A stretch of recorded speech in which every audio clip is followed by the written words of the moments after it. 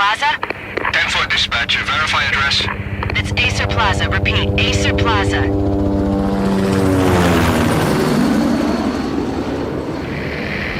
Shots fired on the rooftop. An assault in progress at Acer Plaza. Repeat, an assault in progress.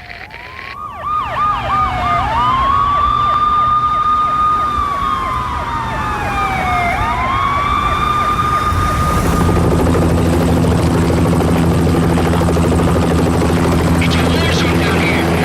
1085 dispatcher. Need additional units. Additional units now. Officer in danger. Officer in danger.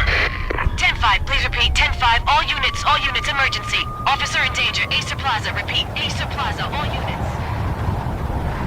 They were all dead. The final gunshot was an exclamation mark to everything that had led to this point. I released my finger from the trigger, and then it was over. To make any kind of sense of it, I need to go back 3 years. Back to the night the Payne started.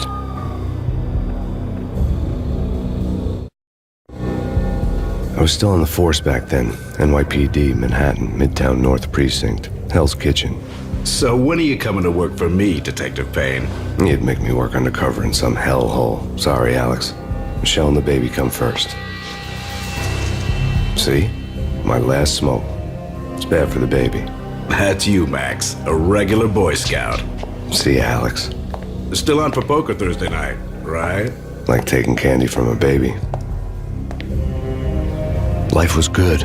Sun setting on a sweet summer's day. Smell of freshly mowed lawns. Sounds of children playing. A house across the river on the Jersey side. Beautiful wife and a baby girl. The American dream come true. Honey, I'm home. But dreams have a nasty habit of going bad when you're not looking.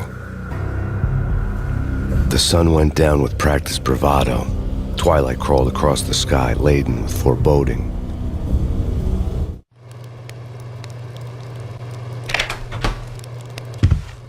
Michelle, honey, anybody home?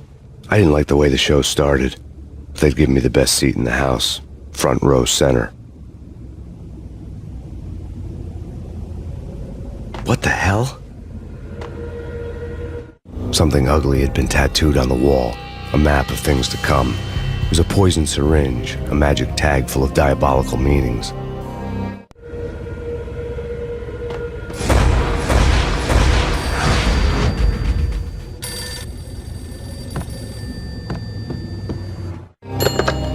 Listen, someone's broken into my house. Call 911. Is this the Payne residence? Yes, someone's broken into my house. They're still here. You have to... Good. I'm afraid I cannot help you. Who is this? Hello?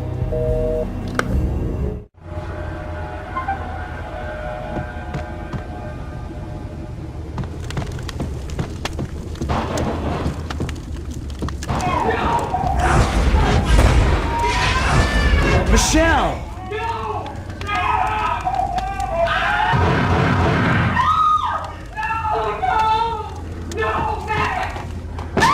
Michelle! Please! It's coming. Freeze! NYPD, drop it! Coming! Get it!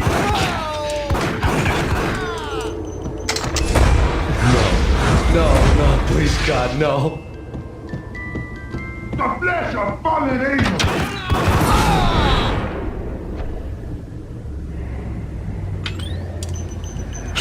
No, God, no, please, Michelle. Oh, baby.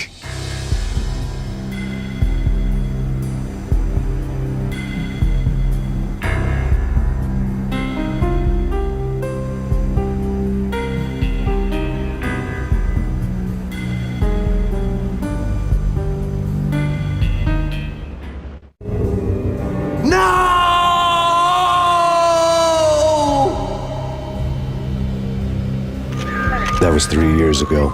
Everything ripped apart in a New York minute. The killer junkies had been high on a previously unknown designer drug, Valkyr, V. After the funeral, I told Alex I'd be transferring to the DEA. It took us 3 long years to get a break in the Valkyr case. Then, finally, 2 months ago, a dime dropper tipped us off that Jack Lupino, a mob boss in the Punchinello crime family, was trafficking. I went undercover, infiltrated the worst mafia family in New York. I came in from the cold and the dark. Outside the city was a cruel monster. I've been slowly working my way from the small time to the big fish, trying to get to the source of the drug. Alex and BB were my only contacts in the DEA, the only ones in this decrepit city who knew I was down here. BB here. Something urgent has come up with Jack Lupino. You need to meet with Alex immediately at the Roscoe Street station. I hadn't had a face-to-face with Alex since I'd gone undercover. Outside, the mercury was falling fast. It was colder than the devil's heart, raining ice pitchforks as if the heavens were ready to fall. Everyone was running for shelter like there was no tomorrow. It didn't get any better when I got to the subway. The feeling hit me like a point-blank shot straight in the face. Something was not right about this. My Beretta stirred nervously under my coat, but the train doors had already shut behind me, and I was in for the ride. Next stop, Roscoe Street Station, and Alex.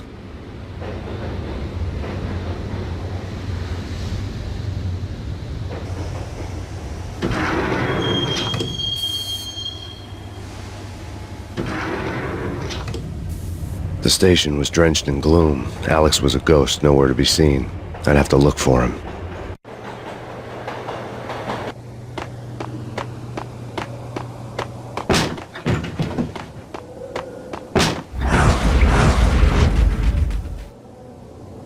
Death was in the air at Roscoe Street.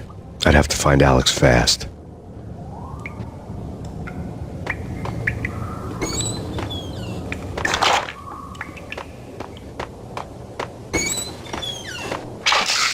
The pills would hold the pain back for a while.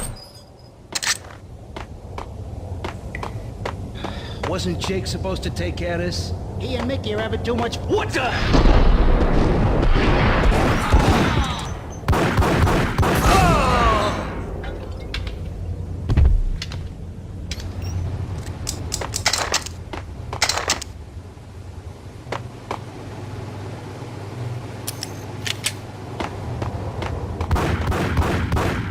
Yeah. What the?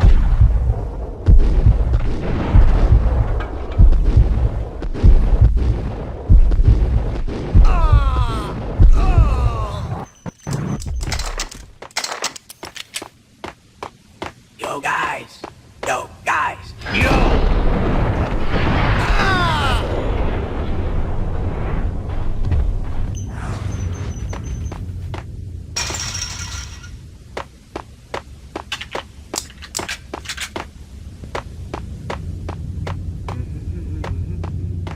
Hey!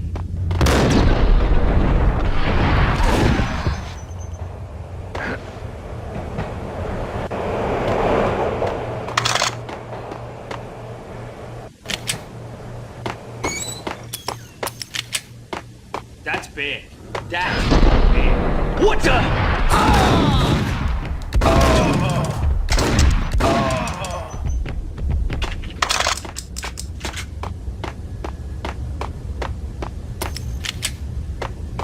Kiss it goodbye.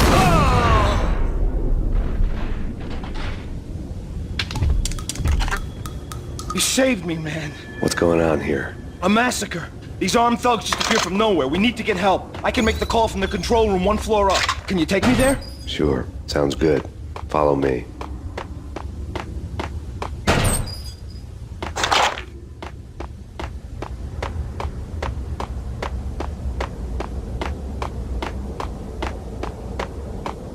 Hey, where are you going? The control room's up the stairs.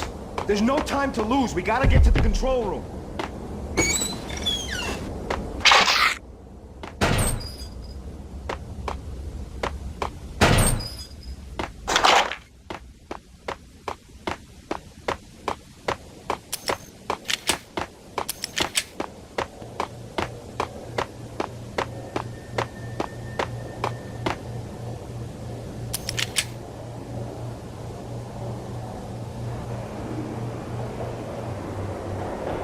Home free. This way.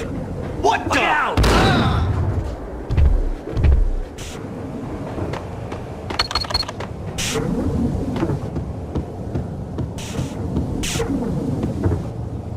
Got him down.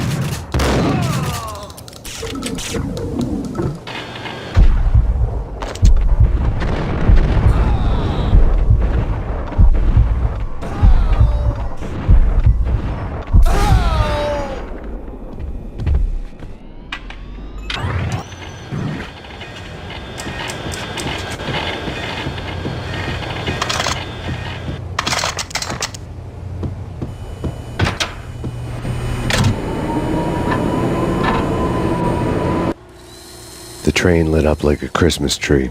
The power was back on.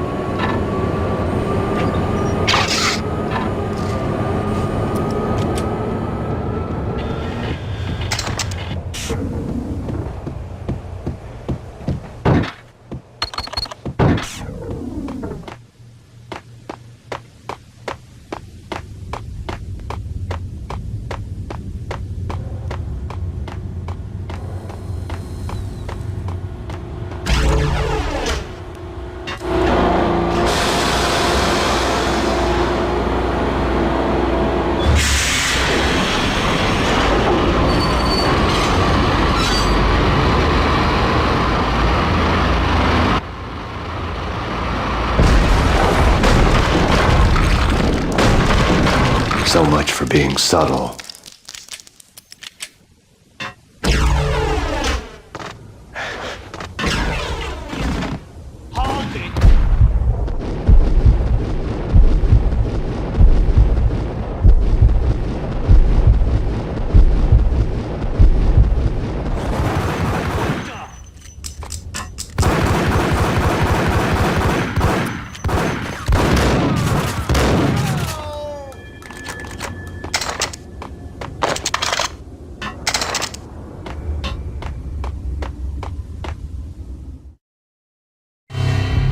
The rusty door led to an abandoned part of the station, closed off since the early 40s.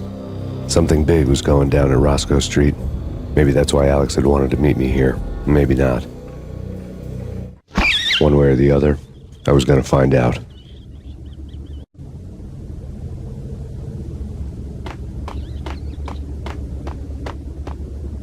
That's big.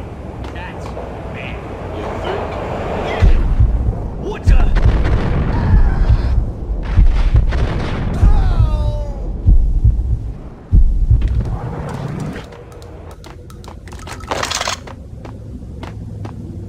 Hey!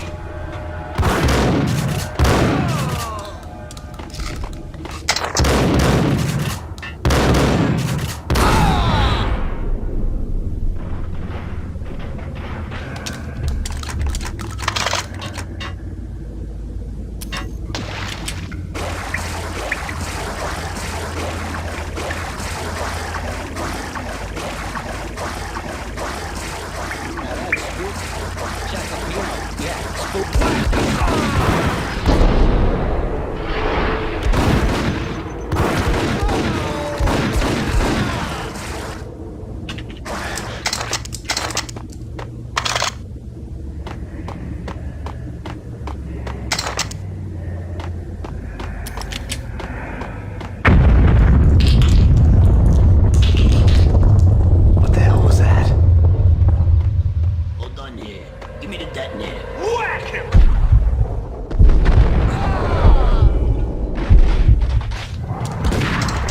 Gun him down!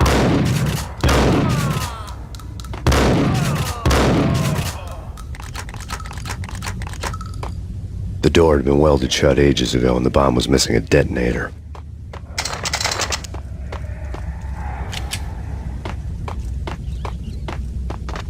Okay, fellas. The police are on their way.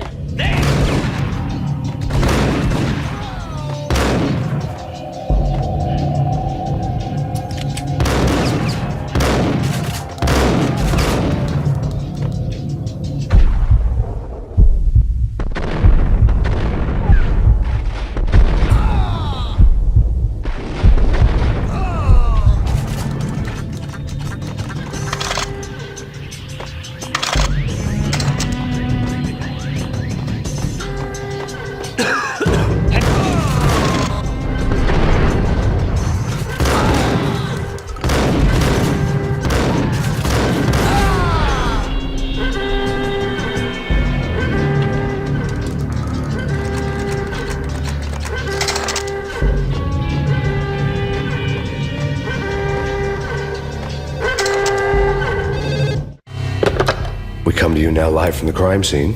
Who is this? Right back at you. This is Deputy Chief Jim Bravura from the NYPD. You are to cease your criminal activities and surrender immediately.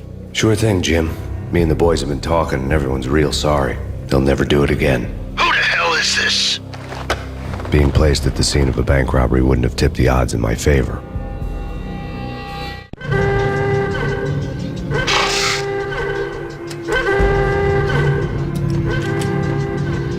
The bank robber's score lay on the table. The bank robbers had been after Acer Corporation bonds. The Acer success story had recently been on every channel and on the cover of every magazine.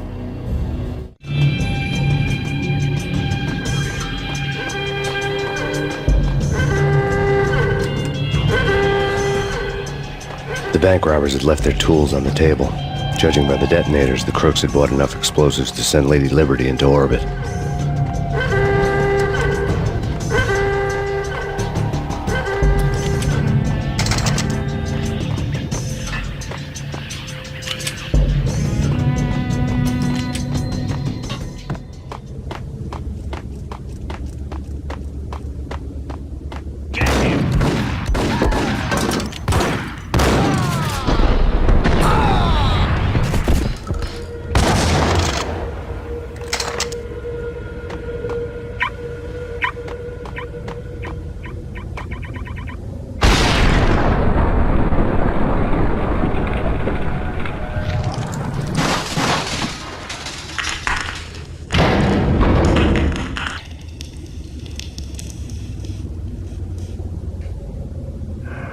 Hold it!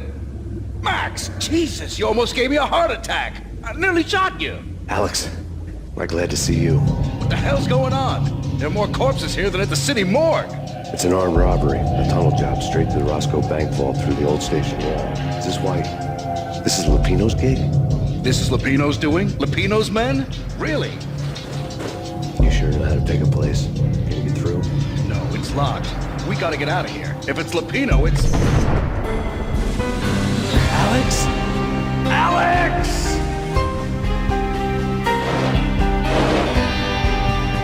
There was nothing I could do. He was dead. I could tell by the empty, accusing stare of his eyes.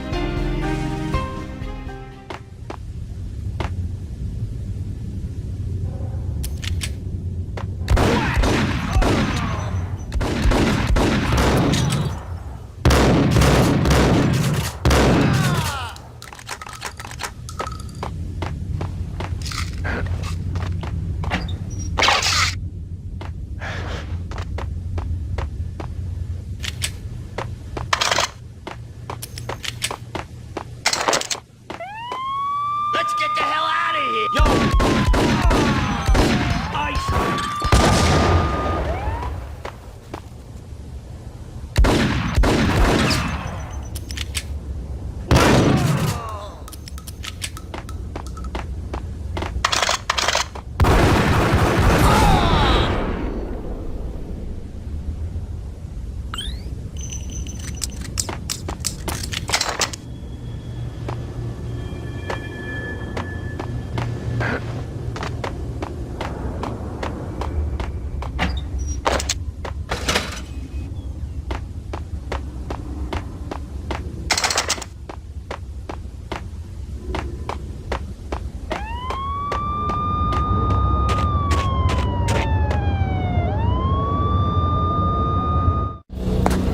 Alex had kept me relatively sane for the past 3 years. Now I didn't know how I felt. Somehow he had stumbled upon something big and ended up stepping on Jack Lupino's toes. Lupino ran his racket of sex, drugs, and contract killings from a sleazy hotel in a slum block of tenements. The NYPD was closing in. I could hear the sirens. Their wail was a crescendo. Lupino thought he could get us by taking Alex out and leaving me to take the fall for it. All he had gotten was my attention. I went for the hotel first. It was a sad old thing with flickering lamps and faded colors, cheap mobster punks and tired-eyed prostitutes. I walked straight in, playing at Bogart, like I'd done 100 times before. The place was run by a couple of murdering mobsters with shark smiles. The Finito brothers. Ladies and gentlemen, it's the pain in the butt. Pain to the max. You're killing me. Did you make that up yourselves, or you get some wine out downstairs to come up with it? Don't answer that. A rhetorical question. I got something for the boss. Lupino around? That kind of depends on who's asking. A friend or a junk squad plan. Don't answer. It's one of them, how do you put it, rhetorical questions. Lupino ain't here, but he said bye. Lupino wasn't in his cheap hotel. Instead, I ran into the Finito brothers. My cover had been blown. The door slammed shut behind me, and then I was dodging bullets like raindrops. Pain in the butt. Ha ha! Pain to the max. Junk squad pain. Got a ticket to Marble City for you. Immerse is lying down. Friggin' A.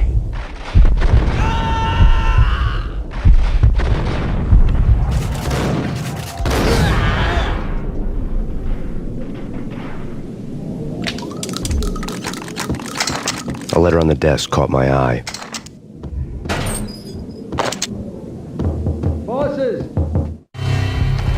I had met Lupino only once. The gangster ran all his rackets through his right-hand man, Vinny Gagniti. Gagniti was a high-strung whiner on the verge of breaking apart, like an overamped Energizer bunny. He had the brains to run the business, but he lacked the balls, always falling short, taking his frustration out on underage addicts and call girls. The V deal goes down at your hotel. Jack's exact words, quote, "Vinny, you're in charge of this one," unquote. Rico Muerte's coming to see it through. Anything goes wrong and everybody's gonna get dead. Goes double for you. Treat this guy real good. Anything he wants, you give him. Don't screw this up or you're finito, finitos. A V deal meant added security, locked doors, and lots of nervous thugs with itchy trigger fingers. I'd seen nothing coming in, but that didn't mean it hadn't been there. Rico Muerte was a regular Kaiser Soze, a spook story told to keep the apes in line. 313. The Finitos had scribbled Muerte's room number on the note's margin. Everything all right? Bosses? Joey? Vigilio? You all right in there? They're not answering. Call the others. Tell them to come quick. Okay, but we can't wait for them. We gotta go in now. Bosses, we're coming in.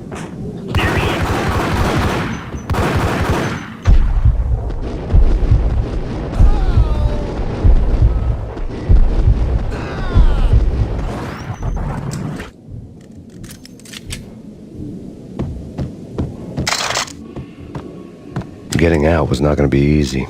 The staircase was locked and the elevator had been busted for a decade or more. Killer storm. VG Jim Rivera. Take whatever steps necessary. In his press conference today, the mayor stated that Valkyr represents a clear danger to New York and called for drastic actions to eliminate the problem.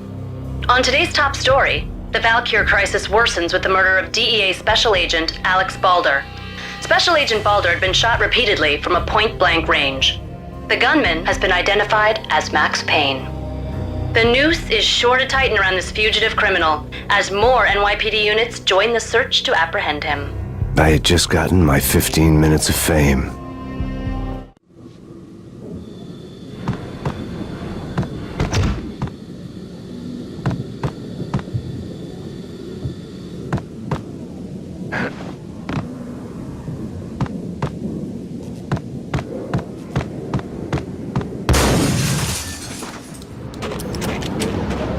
Something's wrong with the bosses. Payne's there and they're not answering.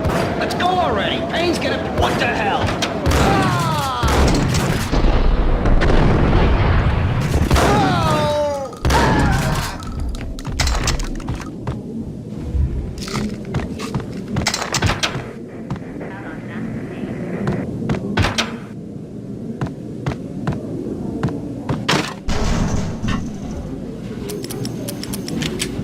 What the hell?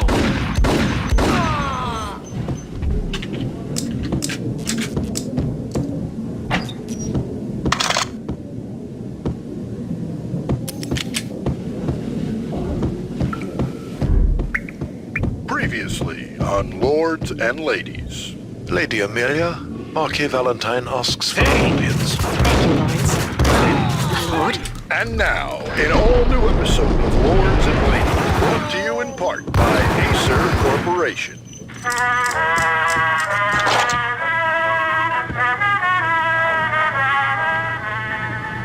My lady. My lord? My lady, there is a matter of great importance I must bring to your attention. My lord, there is? Indeed, my lady, there is indeed. From the very first moment we met, upon that distant forest path, there has been sunlight in the autumn leaves blazing like the colors of your hair. Oh, my lord, you should not speak so. But my lady, I must. My lord, no! I forbid you. This cannot be. This must not be. But why, my love, why? My lord, it is too dreadful. Do not force me to speak the words. My lady, I beg of you, I must know. I would rather die than not know. Yes, my lord, we should both be dead, for this shame is too great for the living. My lord, I am your long-lost sister.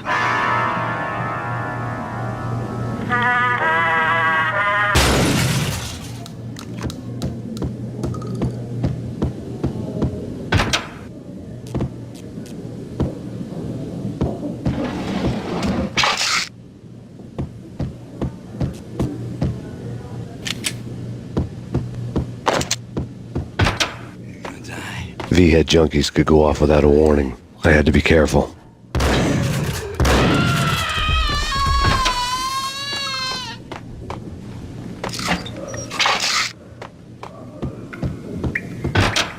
There he is! Got him down!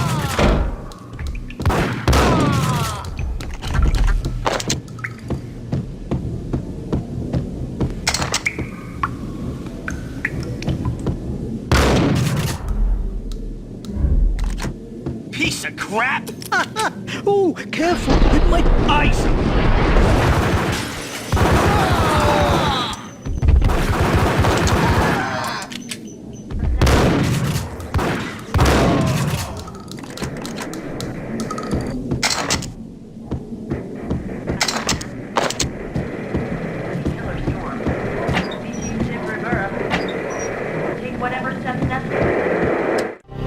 Tonight, the city's fight against the nightmare drug Valkyr took a turn for the worse, as DEA Special Agent Alex Balder was found brutally slain at the Roscoe Street subway station.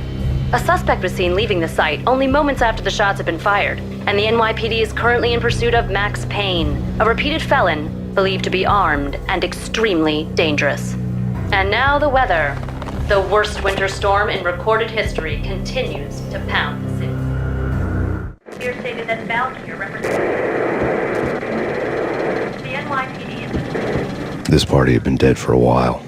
I couldn't say I was sorry I'd missed the show.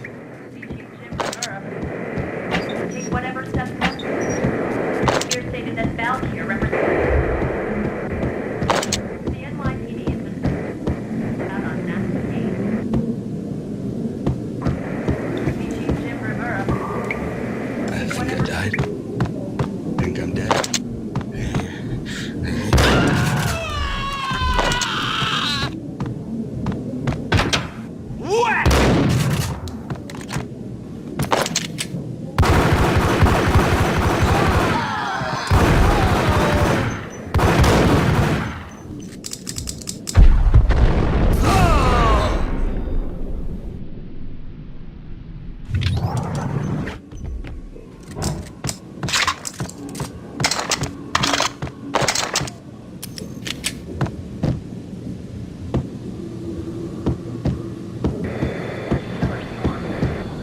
I'd found Muerte's room.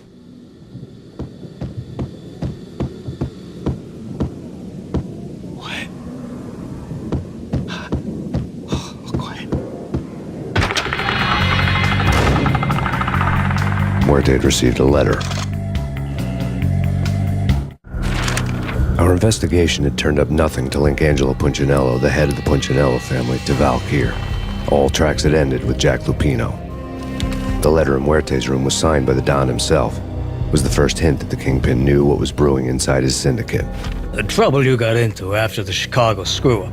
The Punchinello family bailed you out. You have been waiting for a chance to pay us back. One of our trusted boys has a monkey the size of King Kong on his back. We need your special skills for backup on a major deal. Collecting evidence had gotten old a few hundred bullets back. I was already so far past the point of no return I couldn't even remember what it looked like when I had passed it.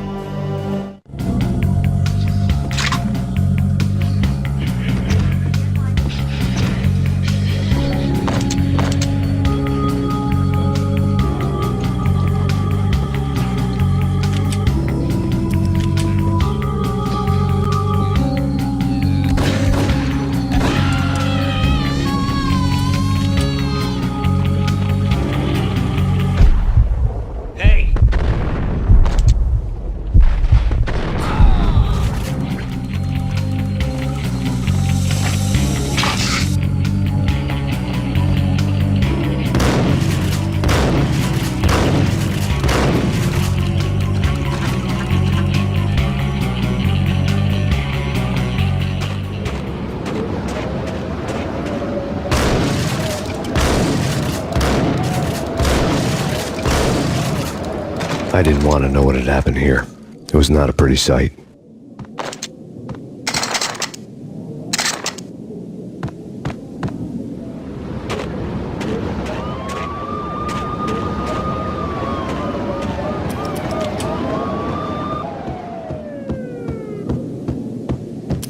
True.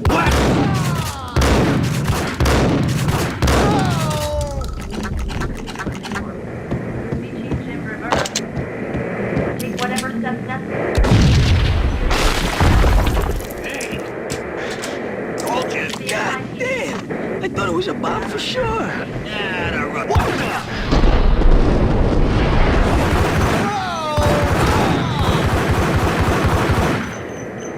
Here stated that Valkyr represents the NYPD is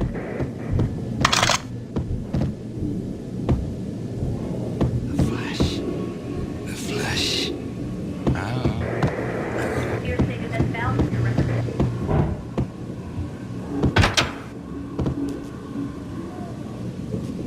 The hooker had left her diary on the table. The diary belonged to a hooker named Candy Dawn. The read would have made a vice cop blush. Had talks with the mystery hag over the phone again. Sent her the latest one-eyed Alfred tape. As long as the hag keeps paying for the tapes, the old man could come every day for all I care. She had a nice sideline, making secret X-rated flicks of her clients and selling them to the highest bidder. It would get her killed if her V-fix for the day didn't do it first.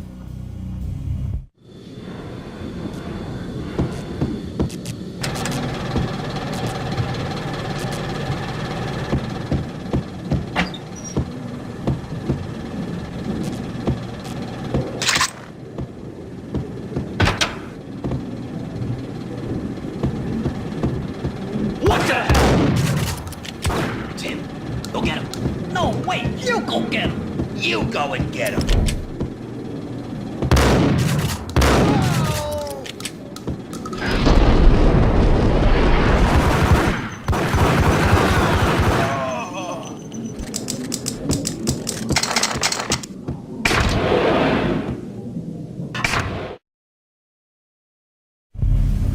The old service elevator rumbled down to the bowels of Jack Lupino's hotel.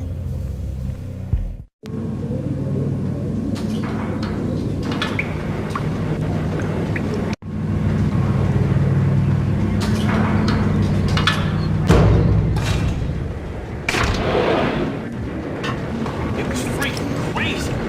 Nice up.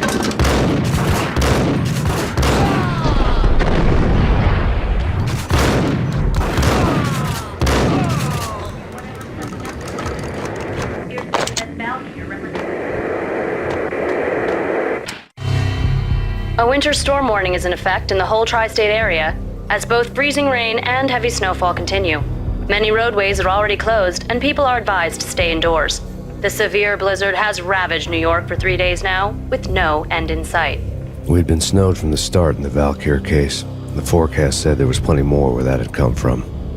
But the snowbound city was on my side. Less chance of innocent bystanders getting caught in the crossfire.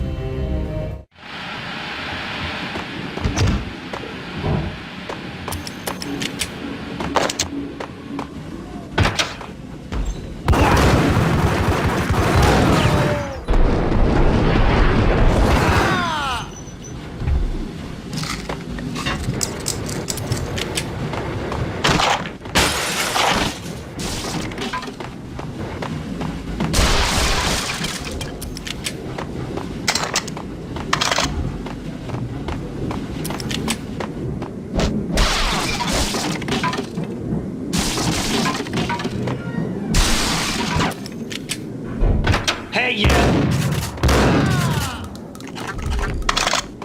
Exhibit number 1, a newspaper. A dead man tied to a chair lay on the boiler room floor. Captain Baseball Bat Boy has an unbeatable track record in superhero death matches.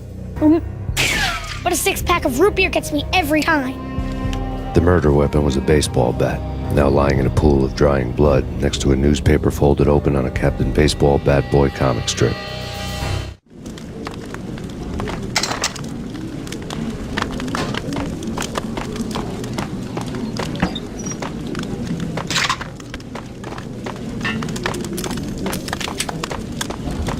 Take vampire movies. Why are they always set in L.A. or Mexico? They can't even get into the plot.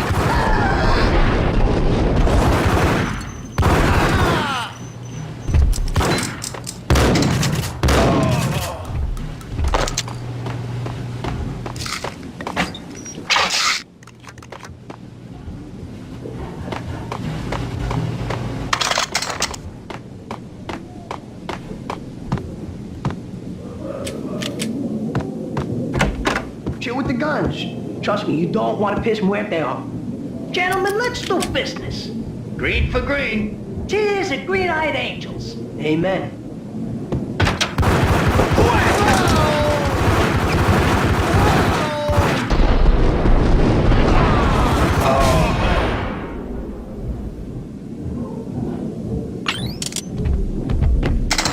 A lifetime ago, this would have gone down as a narcotics arrest.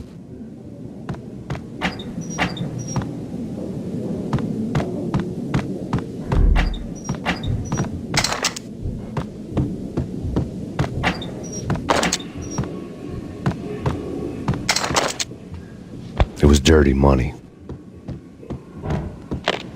The transparent cylinders glowed green, full of Valkyr. There was a key on the table.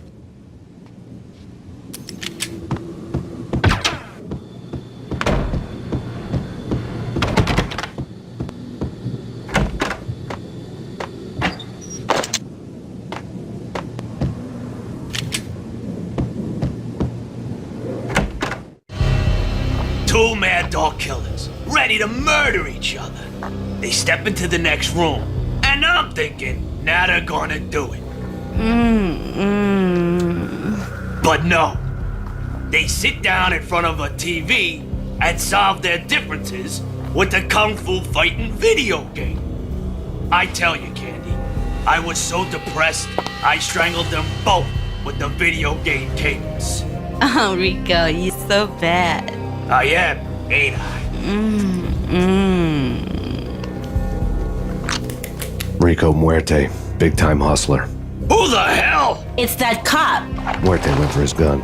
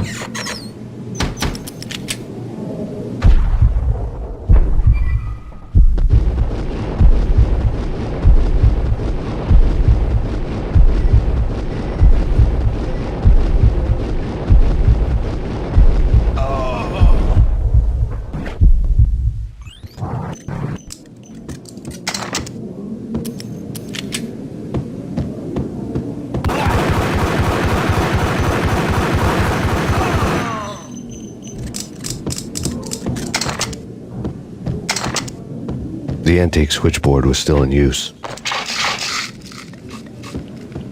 There was an old telephone switchboard in the back room of the reception area, the kind that made phone tapping child's play. It wasn't hard to picture a fat pimp sweating with headphones on, listening to his hookers talk dirty and fake orgasms over a web of party lines, the blood veins of New York. Right now, there was a different set of moans and groans going on. Boss, Corneli, this is Max Payne. He came, started capping us. He killed. Are you freaking kidding me? He's just one lousy cop. You better be freaking kidding me. Whack him. What's the freaking problem? Hello? Answer me. Hello? The word was out. A deadly virus released into the city's corrupt circulatory system. Something wicked this way comes. Max Payne at large.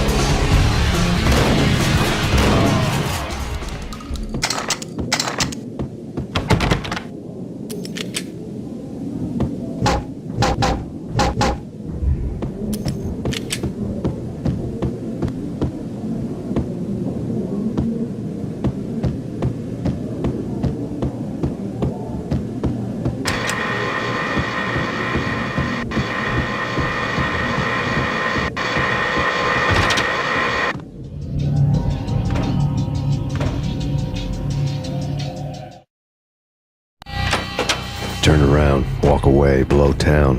That would have been the smart thing to do. Guess I wasn't that smart. Lupino's tenement buildings were a seedy hangout for all kinds of sleaze. A liquor store, a pawn shop, a laundromat full of mobster bookies and loan sharks. The list went on. The how and why of it was a mystery to me, but they knew I was a cop. They knew I was coming, and they were going to get real trigger-happy about it. I got to see Lupino's hangout all lit up. A bomb went off, turning snow into liquid gold. A pillar of fire lifted the remains of a car straight up into the air. The flames were highlighted on the hood of a black Mercedes-Benz as it coasted down the street real slow, as if the driver didn't have a worry in the world. I got a good look at the man riding shotgun. It was Vladimir, the head of the local Russian mob, the fly in Don Punchinello's suit. The ringing in my ears was the sound of a mob war being waged.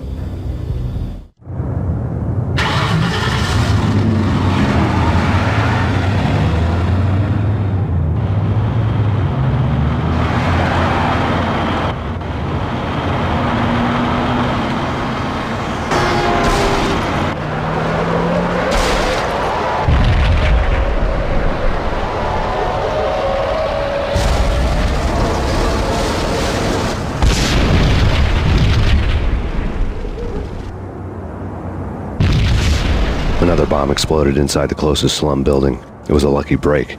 The goons inside were spooked, but luck always came with a price tag. More bombs could still be ticking inside, and the cops would already be on their way. Jack Lupino's suite was on the top floor. At least it used to be, before the explosive makeover.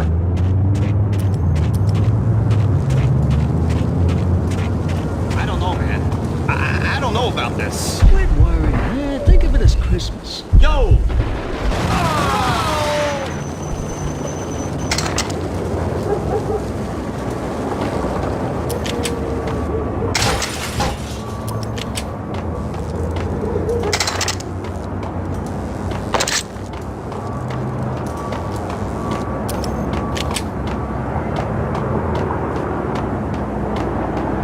The headlines were a depressing read. The headlines were screaming bloody murder. The storm was a screaming duet with the approaching prowl car sirens. It was all a scream when you were down for the count and wanted for murder.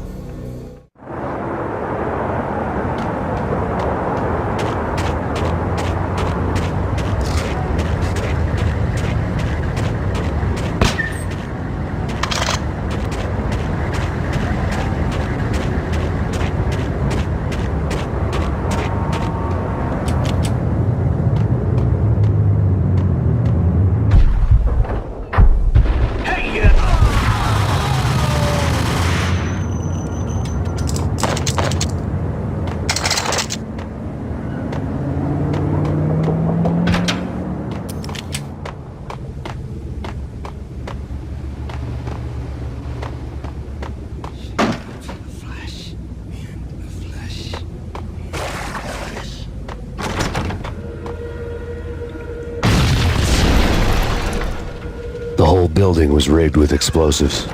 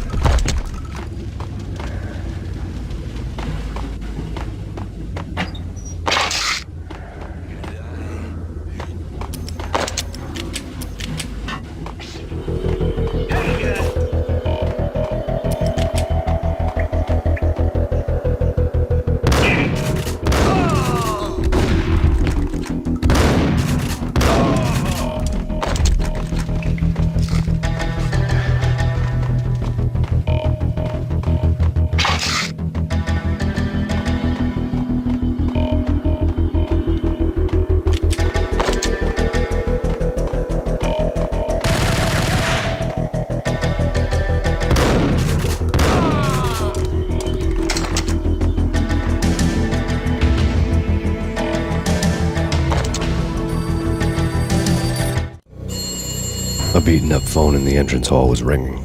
It could have been just a junkie in need of a fix, but it turned out to be something more sinister than that. Am I speaking to Mr. Payne? Who wants to know? My name is Alfred Woden. You must help police are on their way. Tell me something I don't know. They know you're there. How? And what's it to you? I will contact you again. The cops arrived, sirens singing in the off-key harmony of a manic-depressive choir. I had a few minutes while the SWAT team would go through the usual routine. By the time they busted in, I needed to be long gone. Max Payne, this is Deputy Chief Jim Bravura from the NYPD. Drop your weapons and come out with your hands above your head.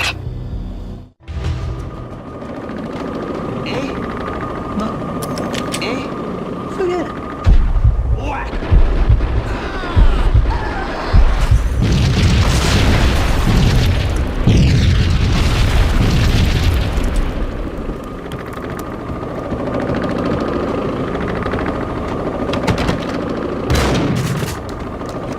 Someone had left a letter on the counter. Suddenly it all made sense. The bombs, the Russian mob boss making an appearance in person. Gagniti was his usual self, all talk and no walk.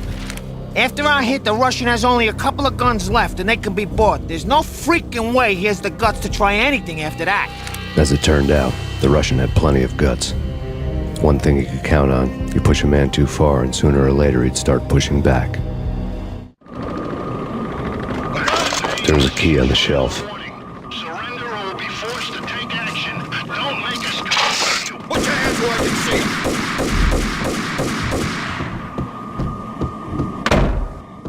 Hey!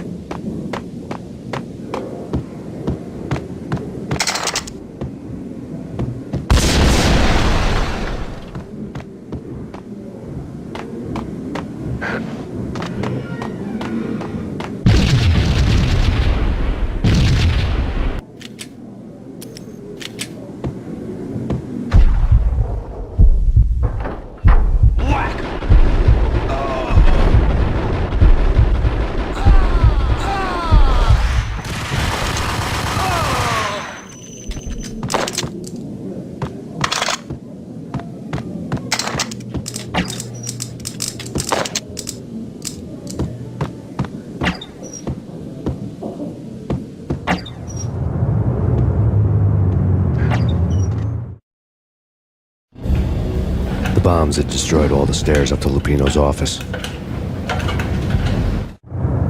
The alternate route led there by way of adjoining rooftops.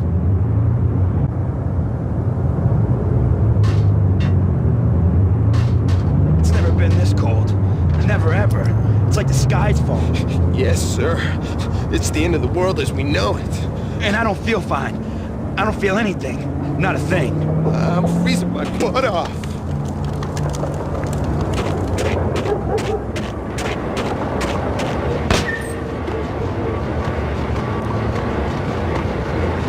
To get to the roof, I'd need to get to the elevator through the locked door up ahead. Pizza delivery. Never seen you before. Buzz off, Joker.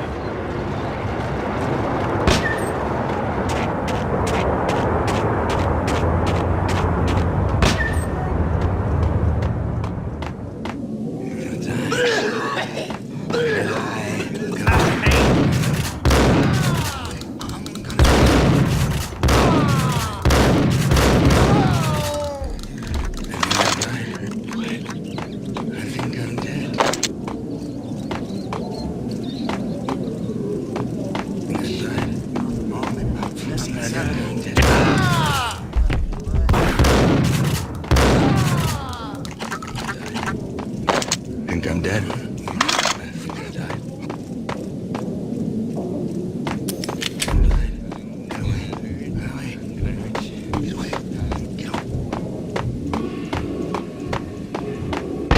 No, don't shoot. You know the clowns at the laundry? Me? No. You're no good to me then. What? No, the laundry, yeah. I know him, yeah. Get me in there. Okay.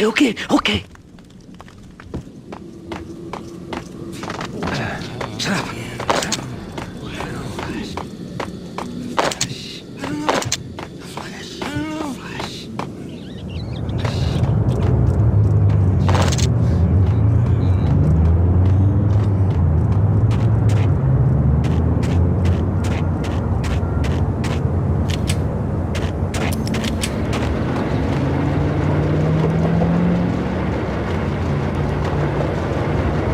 It's me. Open up. Let me in, quick. Not so fast. The password. John Woo. Come on. Okay, John Woo. All right. Come right in. It's a trap! There he is.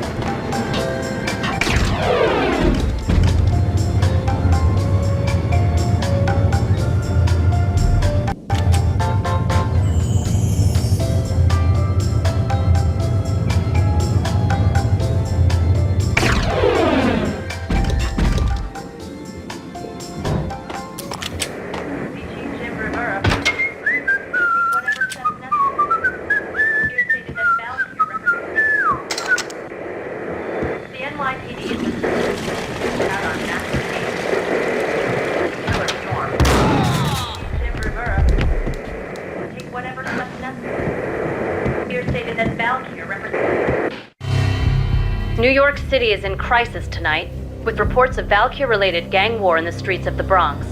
Apparently, Max Payne, wanted for questioning in connection with the slaying of a DEA special agent earlier tonight, is waging a one-man war against his former partners in crime. Among the list of casualties so far are notorious mafia members Joey and Virgilio Finito, as well as Rico Muerte, himself a fugitive from the law, and a suspect for several murders in the Chicago area. The NYPD has been placed on full alert. A citywide APB has been put out on Max Payne. Deputy Chief Jim Bravura has promised to take whatever steps necessary to bring him to justice. What those steps may be remains to be seen. For NYCNN TV News, this is Kira Silver.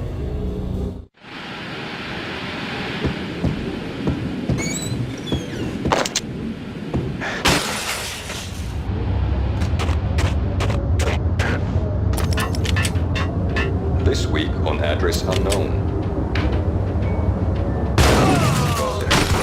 It's the last place I've been.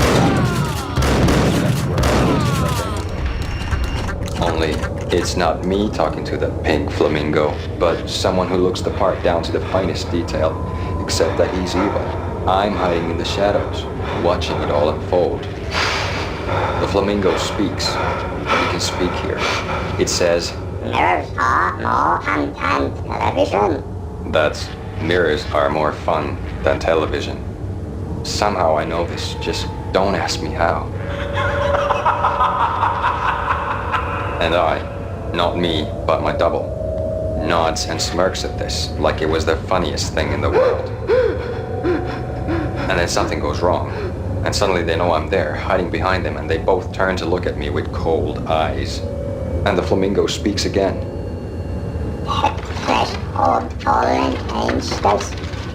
I have no idea what that means.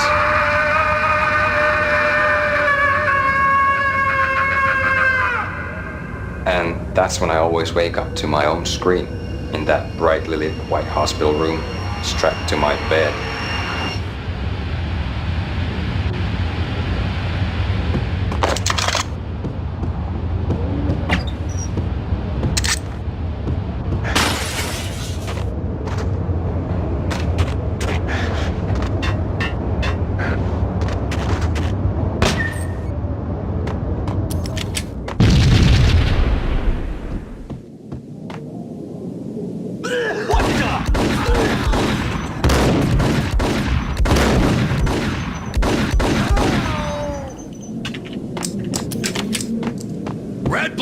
green? It's always red or blue in the movies. So, green? No, not the green.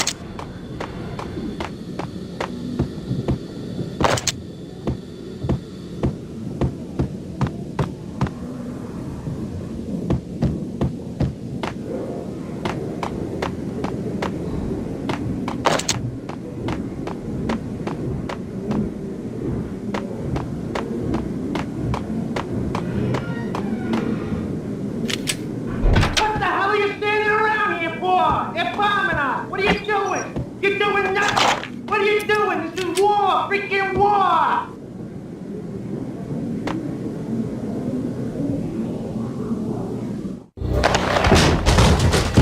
Vinny got needy. Just the man I've been killing to see. Payne? Freaking fed! I knew from day one there was something screwy about you.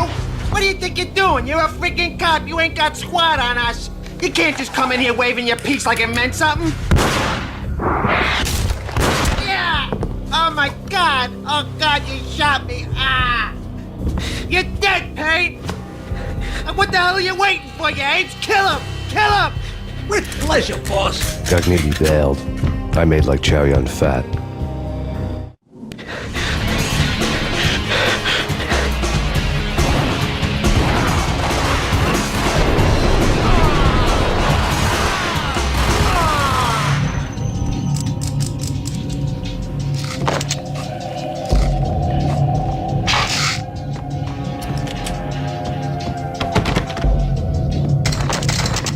A crumpled letter lay on Gognitti's desk.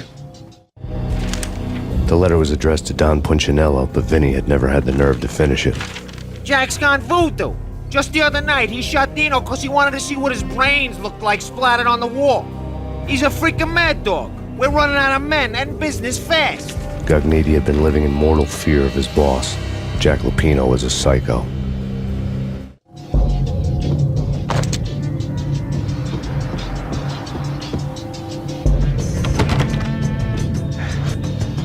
Vinny Gognitti was running scared. He could run, but with a bullet in his stomach like a broken bottle of Tabasco, he was quickly running out of time. He knew where his boss was, and I wanted to square things up with Jack Lupino. Gognitti would be moving fast. I don't know about angels, but it's fear that gives men wings.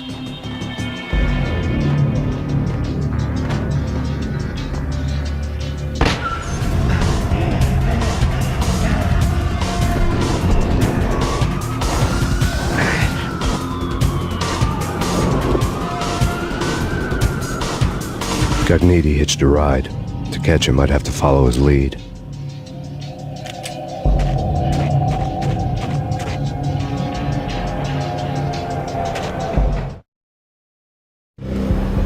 This was my second train ride of the night. The way it started didn't promise anything better than the last one. Freezing wind tearing at my face like sandpaper and razors, ice hard and slick under my hands and feet. And somewhere in the background, the wail of sirens, the city howling after me. New York sped by and fast forward. Dark rooftop water towers and a dead forest of antennas and chimneys, all a blur. When the train he was riding slowed down, Gognitti made his move.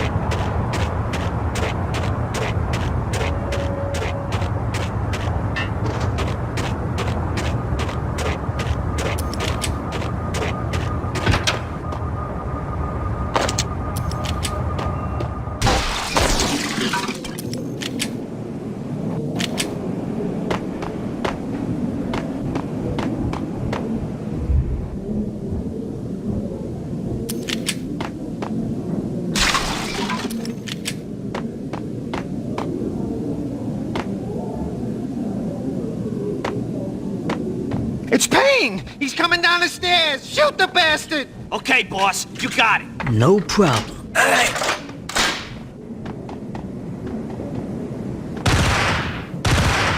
Hold it.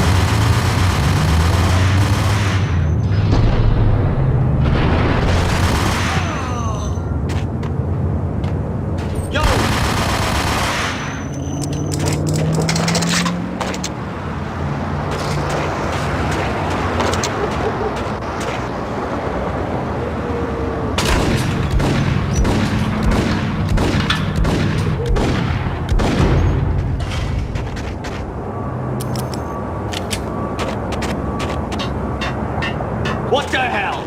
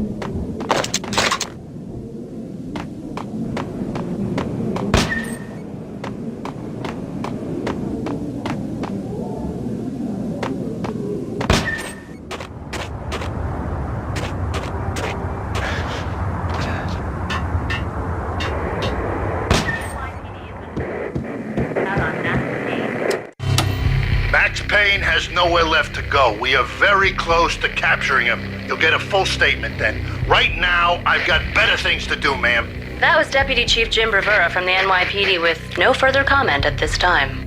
Apart from his suspicious food habits, I figured Bravura to be one of the good guys. Fate had just dropped us on different sides in this. But when it came to capturing me, he was way out of his league. I had already ditched the cops a couple of rooftops back. For now.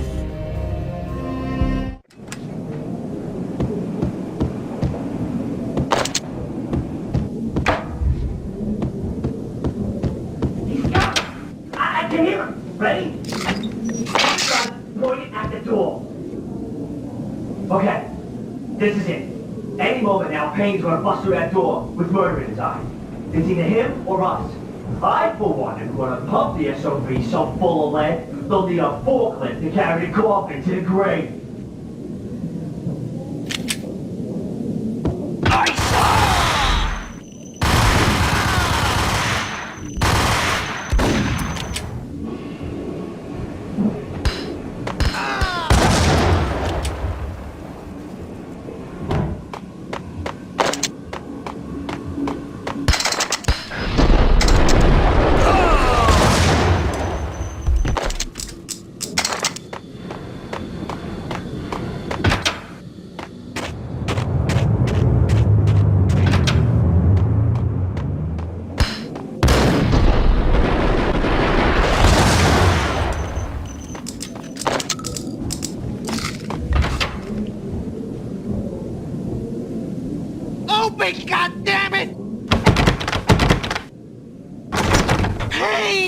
I'll kill you, you lousy freaking...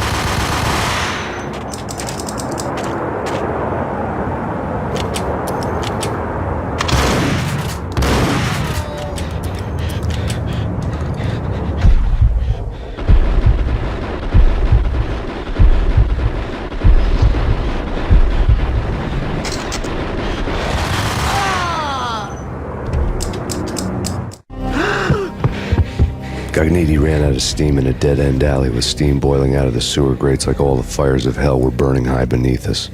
It was shakedown time. Where's Lupino? Screw you! Bad start, Vinny. Police brutality! I rate pretty high on that. You can't just hurt me in cold blood? Just keep telling yourself that. Listen good, Candyman. I'm not gonna be anybody's fall guy. I want to know where your boss is hiding. There was no glory in this. I hadn't asked for this crap. Trouble had come to me in big dark swarms. The good and the just were like gold dust in the city. I had no illusions. I was not one of them. I was no hero. Just me and the gun and the crook. My options had decreased to a singular course. I'll tell you, just don't hurt me no more. Lupino's at Ragnarok, the nightclub. Book me, take me in a home into the freaking jail, just don't hurt me. Your rights will be read at your funeral. Ragnarok was Lupino's private nightclub, a den of drugs built into an old theater. I knew what waited inside. V had junkies ready to explode in random acts of senseless violence, and Lupino's goon squad, the worst stone-cold killers this side of hell. Ragnarok was as inviting as a headache, flickering and flashing to a machine gun beat. The belly of the nightclub was a gothic theme park that began with bondage games and led to the nasty stuff from there. As subtle with its dark message as a cop killer bullet through the heart, like father, like son, just like Jack Lupino.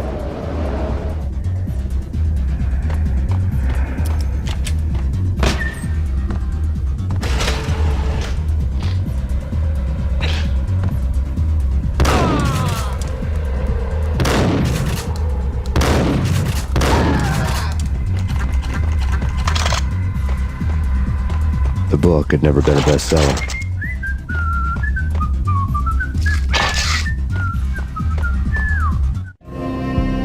Given the setting, I was surprised to find that somebody had been passing time reading. The paperback was entitled The Age of Murder and Storm. The blurb on the back mentioned Norse mythos and Ragnarok, the end of a Viking world with a terrible winter that covered the earth in ice, when vile crimes were rampant and all humanity lost.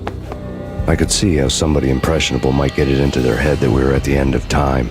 I was also beginning to see what the nightclub and its owner were all about.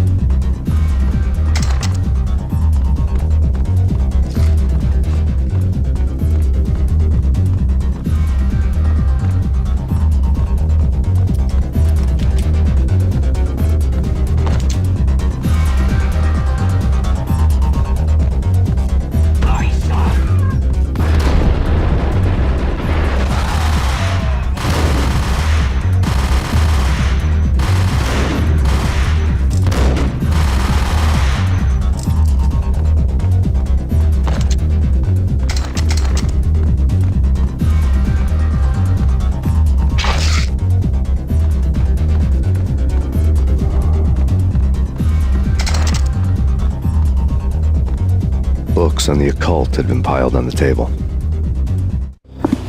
The room was stacked with light reading, such as Necronomicon, Witchcraft, and Paradise Lost.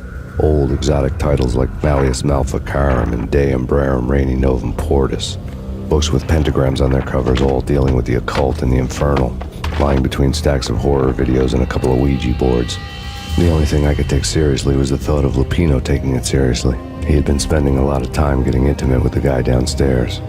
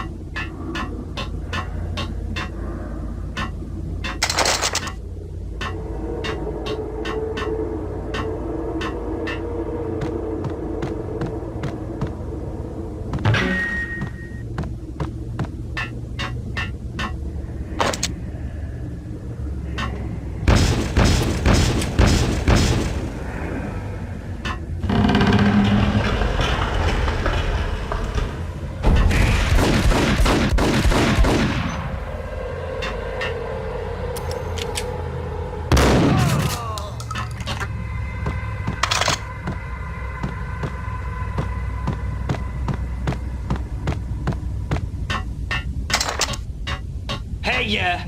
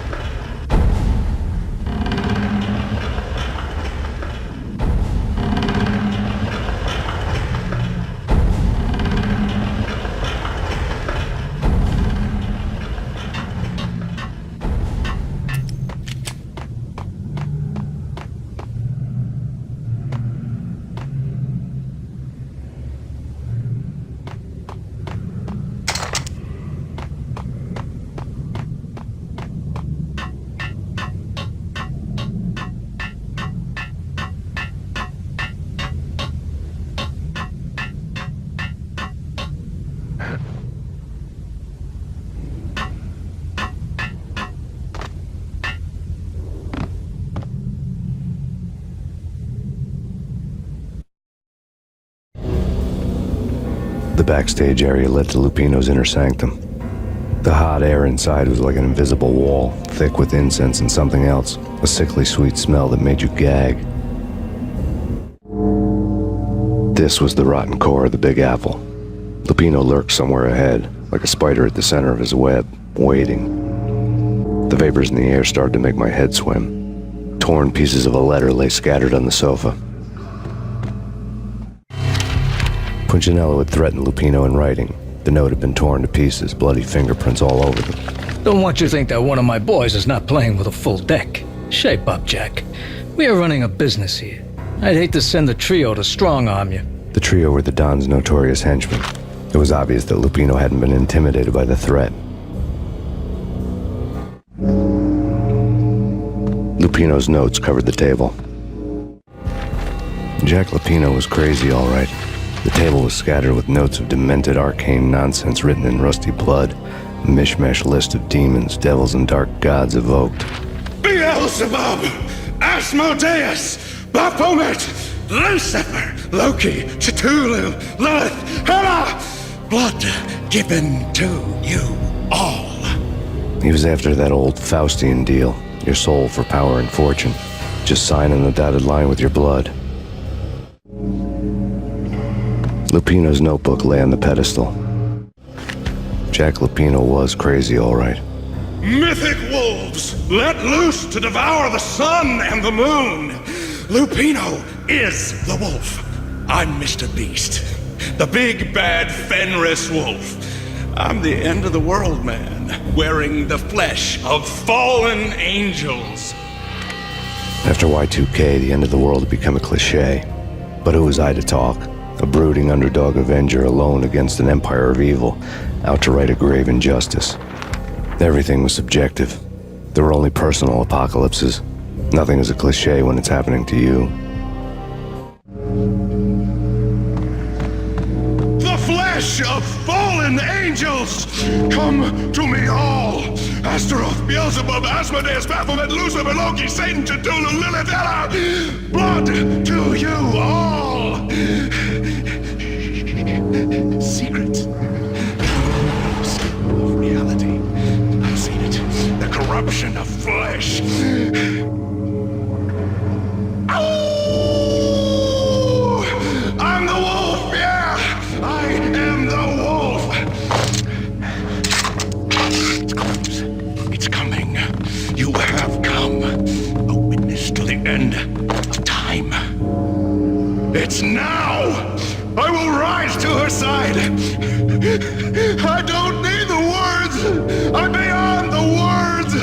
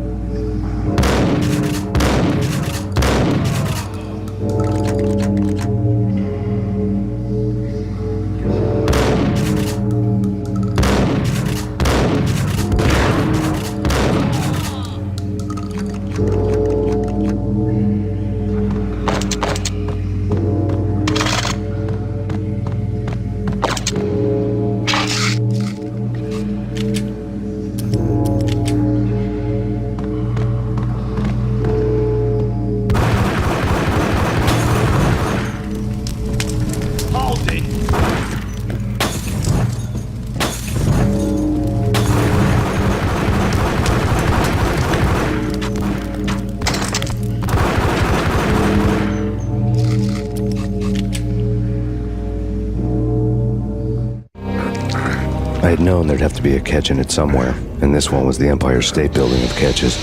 Lupino just pumped up and dying to go 15 rounds with a mutant alligator. And then he started this spooky monkey talk, straight from a bad dream. Mine. I have tasted the flesh of fallen angels. I've tasted the devil's green blood. It runs in my veins. I've seen beyond the world of skin, the architecture of blood and bow and arrow. Death is coming! She is coming, and hell follows with her. This is the twilight winter. I am ready to be her son. Her time is now, and all who stand in her way must die!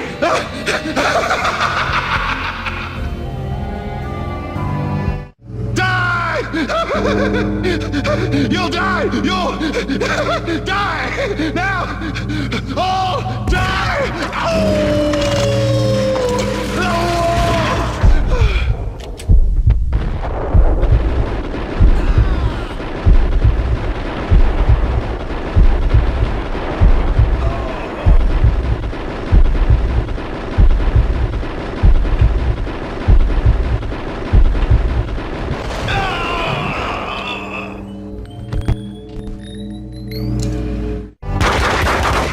Finally went down. I wanted to make real sure he'd stay that way. V was a bad monster. Turned them into friggin' zombie demons from outer space. I think he's dead already. Huh? And that's when it happened. But dead or not, you've got the wrong guy. In stepped this knockout femme fatale holding a gun to my face. I returned the favor. Lisa Punchinello. Lisa Punchinello was the Don's wife. Mona Sachs. Lisa's evil twin. Your safety's off, evil twin. You might hurt someone with that gun of yours. Lisa's the damsel in distress. I'm the professional. I'd blow you away without batting an eye. Sure, and you can check out my credentials splattered all over this joint. Jack couldn't have framed you. Not the state he was in. We're after the same slime bag. Angelo Punchinello's the one who murdered your friend and framed you with it. You know this for a fact? I've got my sources. I don't have a clue these days. I just shoot them as they come. Who put a contract on the Archfiend? This one's mine. I hate the guts of that sadistic wife-beater. Why not pool our bullets for this one? I thought you'd never ask. My finger was starting to twitch. How do you like your whiskey? I'm easy, as long as you don't try to slip me a Mickey. You're a real angel, Max. It was good stuff. Tasted sweet as honey going down. Nothing personal. Can't risk you going berserk and getting Lisa killed.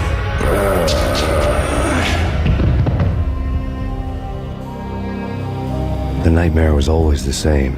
Violent shapes moving in darkness, old and ugly.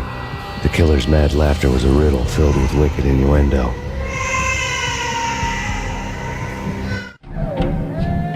Somewhere, the baby was crying.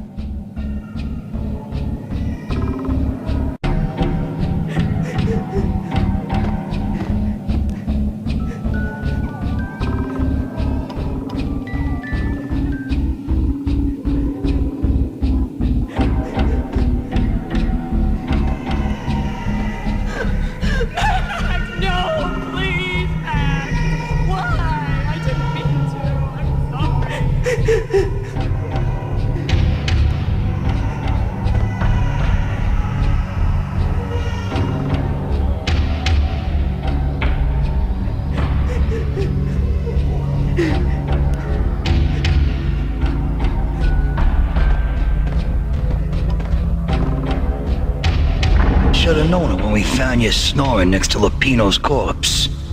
A comedian, huh? The pictures were filled with good old times.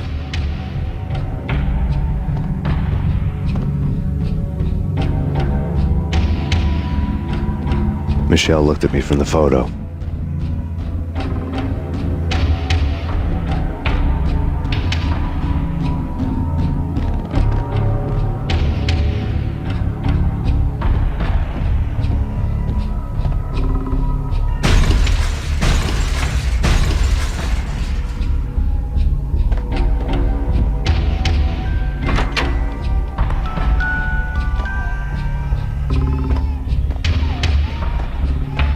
I really love to watch cartoons. Captain Baseball Bat Boy's my favorite.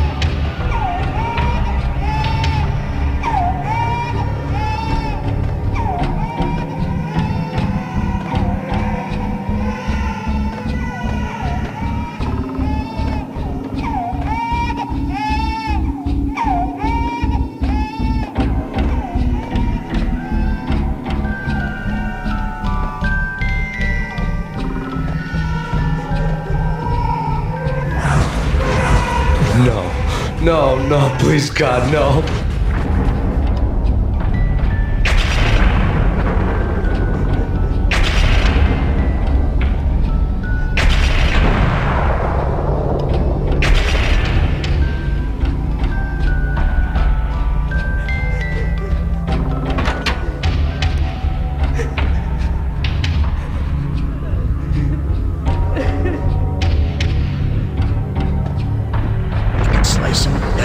Shoot them full of holes, blow them to bits, vaporize them, disintegrate them.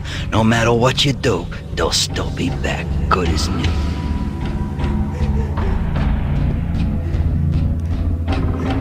Michelle's diary lay on the table. Michelle was working part-time in the district attorney's office. Her diary was open on today's entry, her handwriting all pretty curves. An army dossier found its way to my desk yesterday. Valhalla? Isn't that a Norse myth? Something about Vikings? I tried to tell Max about it, but he was busy, that cute frown on his brow. Guess it's nothing, just a mix-up at the courier service. From now on, I would always find time for her. It was a hollow promise. Too little, too late.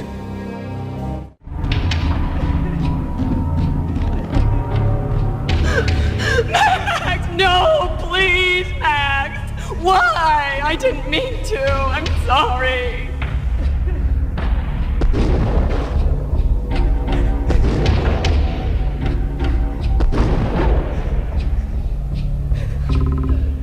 Murderer! You killed her! Nothing like that ever happens in the real world.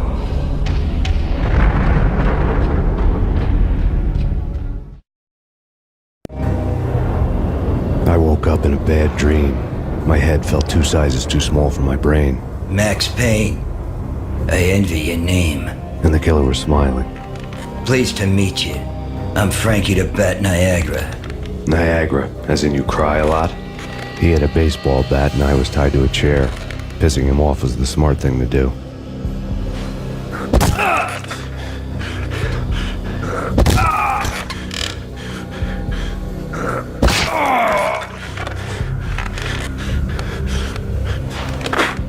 Nothing wrong with a little laugh now and then. Take me, for example. I love to watch cartoons. Cartoon violence is a fascinating thing. Let's take a break. I need to take a leak and maybe grab a cold one at the bar. Don't worry. I'll be back to finish this off. And then, It's checkout time. You play, you pay, you bastard. He swaggered out, and the door clanged shut behind him, locks clicking into place. Everyone makes mistakes.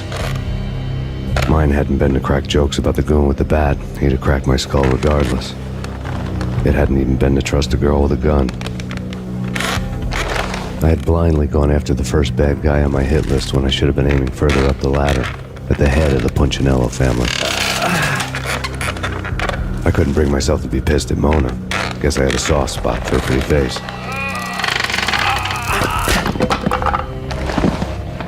But when somebody decides to play baseball with your head, you tend to get sore. They had dragged me back to the basement of Lupino's hotel. I was beaten, bruised, and blue. I felt like the chair I had broken to get free.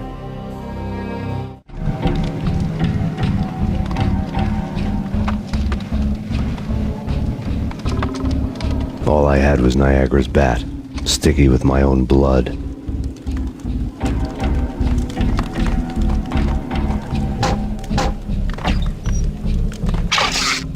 Without a gun, I'd be no match for Frankie's men. I'd have to play hide and seek with them.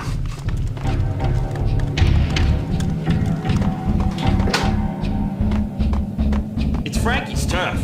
We'll take... What the...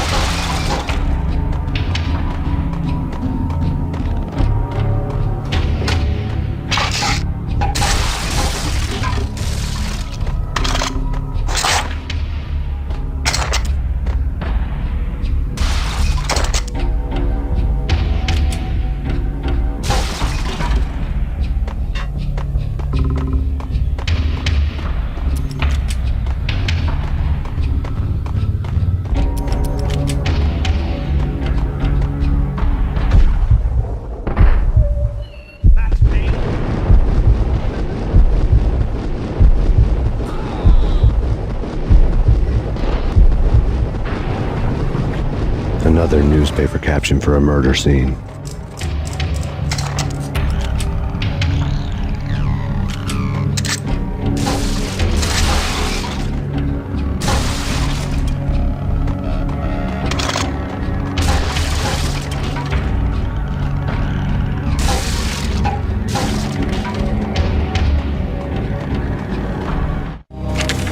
Frankie had left his calling card, a Captain Baseball Bat Boy strip, next to a sewer passage filled with bodies. You'd better not mess with Captain Baseball Bat Boy. Even my arch enemy, Bicycle Helmet Girl, swoons at the sight of me. Aha! There were enough corpses to put a mass murderer to shame.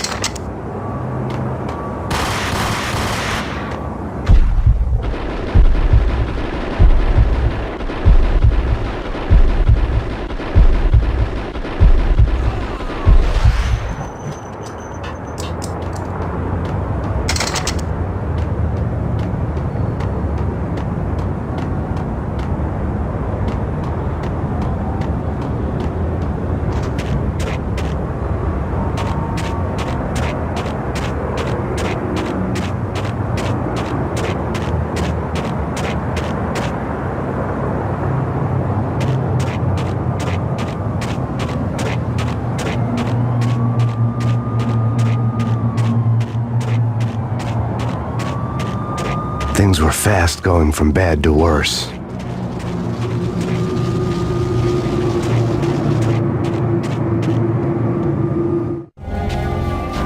The men in blue had come and gone. They had decorated the place with chalk outlines and tied it together with yellow tape.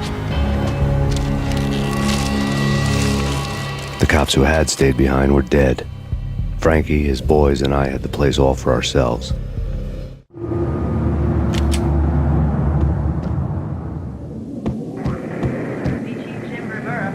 Just forget about it.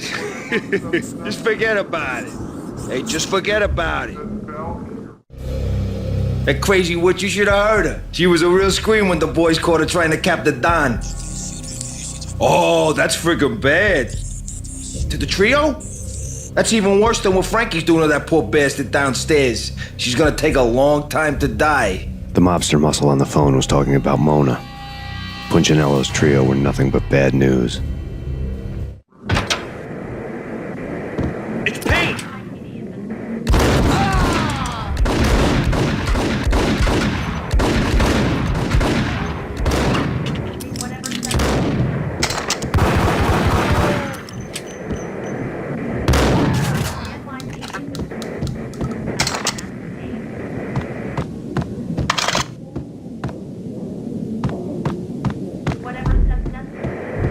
More evidence that Punchinello didn't like me much.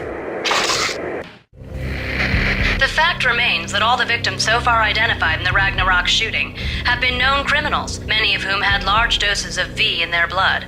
Reliable sources say that Max Payne was also among those killed, although no body has been recovered at this time. Reliable sources. That meant somebody thought the Mafia had me, didn't want the cops snooping around anymore. The body would be delivered to them barely recognizable. Case closed. Don Punchinello had the power to be that reliable source, which was no news. But his news was old news. Framing me hadn't been enough. Don Punchinello had put a hit on me. He wanted me dead, and it had been important enough for him to give written instructions to Frankie about it. Max Payne should die like a dog for the trouble he's caused. Frankie, I know I can trust you to give this matter the dedication it needs.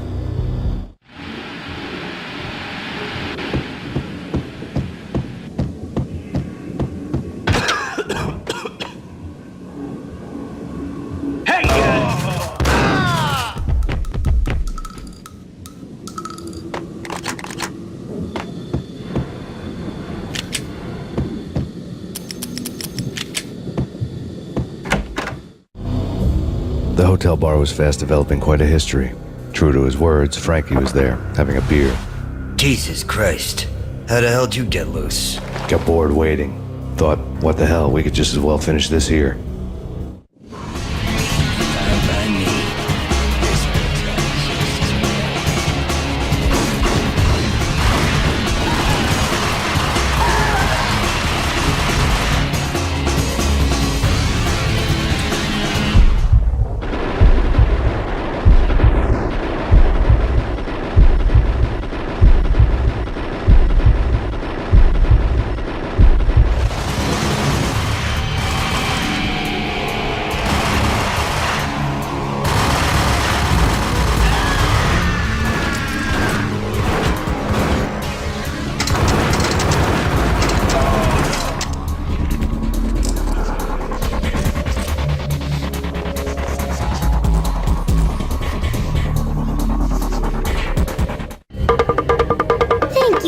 You've been a lovely audience. Had enough? I don't play with girls anyway. Unfair! I spotted the tail as soon as I left the hotel. A big black Mercedes. I'd seen the car before. That time it had heralded impressive explosions. Vladimir was back. Bang! You're dead, Max Payne. I might have laughed if I remembered how. What's this supposed to be? Cops and robbers? Look, you want something with me? Get in line. Peace, man. Relax. You know you are a real news item. Armed and dangerous. I am going to make you an offer you can't refuse. I've always wanted to say that. It's a bum rap. I've been framed. That's a moot point. Whatever you did or did not do, I'm sure you had good reason for doing it. Want to hear me out? I'm listening. Punchinello messing with V is bad for business all around. But that's not all. There is this guy, Boris Time, used to pull jobs for me. He's the captain of the cargo ship Charon. Now the bastard turncoat has gone over to the other side, Punchinello's. The ship's loaded with high-res hardware, guns, my business. If Punchinello gets hold of that cargo, he's won and I have lost. And you'll have your work cut out for you. If you want to get to Punchinello, you'll need heavy-duty persuaders.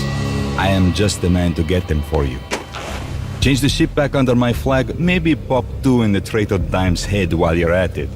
You'll get enough guns to start the apocalypse. You in or out?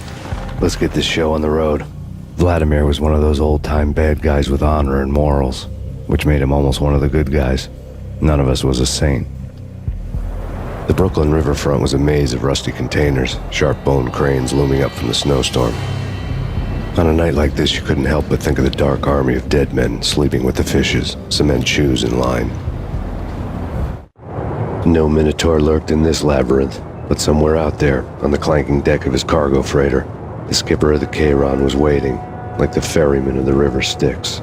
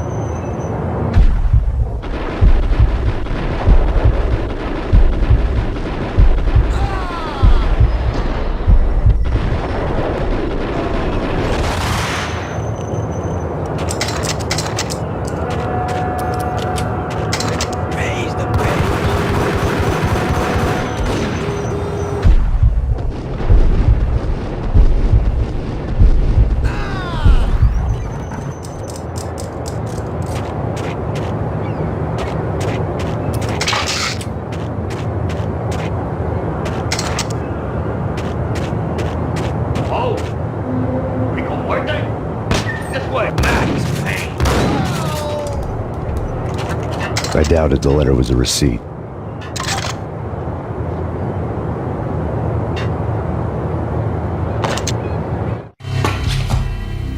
Rico Muerte had come to town to do more than just sort out family troubles. Exhibits number 1, 2, and 3. A briefcase of money, a sniper rifle, and an envelope with one word neatly printed on a folded piece of expensive paper. Mayor. It didn't sound like a mafia contract at all. It was too cold and too to the point.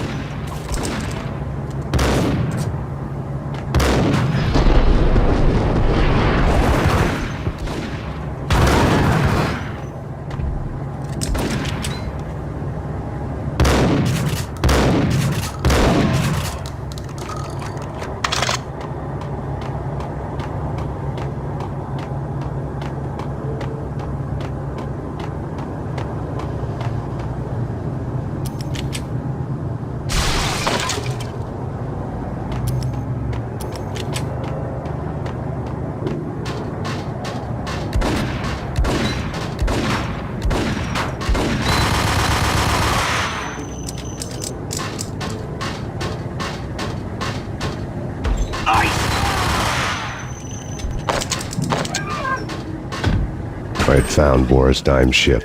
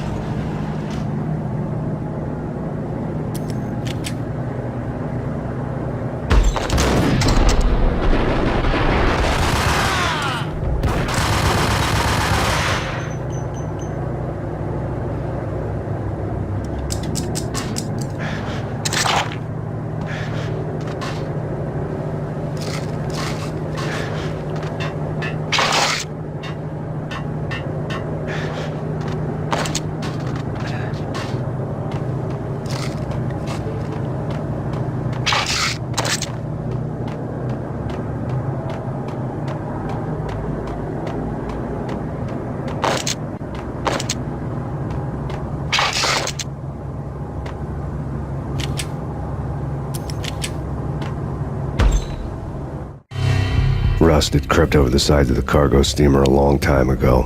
Boris Dime would be on board. I'd have to smoke half of his crew to even get near the gangplank. The guns were probably being kept in the hold, buried amidst the rats and oily water.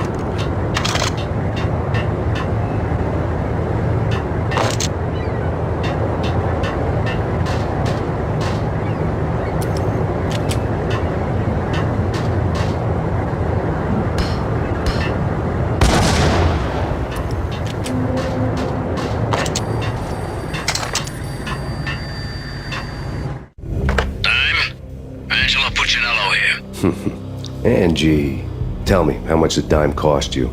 I bet it was more than his name. Max Payne. Right the first time. You're dead, punk. You sure you're not confusing me with Boris here? But you are right, of course. Pretty soon we should get together and have a talk. You son of a... Pissing Punchinello off was a dangerous game, but when people get mad, they make mistakes. I should know. That's where I wanted Punchinello, mad enough to trip over his own feet, preferably into a grave.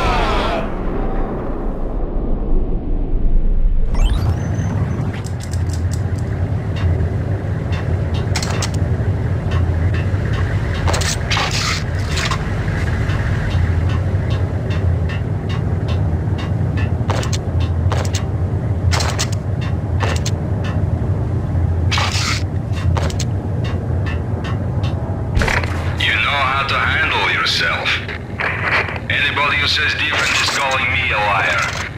Glad of you here. Collect all the guns and ammo you want. Meet me on the bridge afterwards.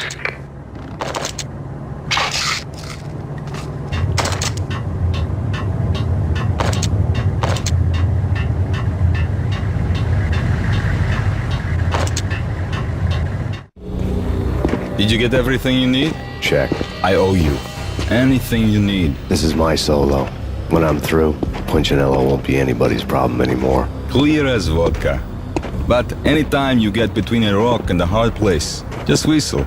This could be the beginning of a beautiful friendship. You really get a bang out of this big-time gangster act, don't you? Even with all this firepower, I figured I couldn't get to Punchinello at his manor. I could only hope that he wouldn't pass a chance to hear me beg, to see he's won. This is Max Payne. I want to cut a deal. Payne, you're a dead man. That's what everybody keeps telling me. I got your ship and her cargo. I want to meet. No pain, no gain. Capiche? You know my restaurant? Yeah, I know it. 1 hour. Punchinello's restaurant had seen better days. Snow was falling like ashes from post-apocalyptic skies, but that was outside. Things would soon get hot in the Don's restaurant. I knew it was a long shot, Angelo Punchinello actually showing up, but there was no crime in hoping.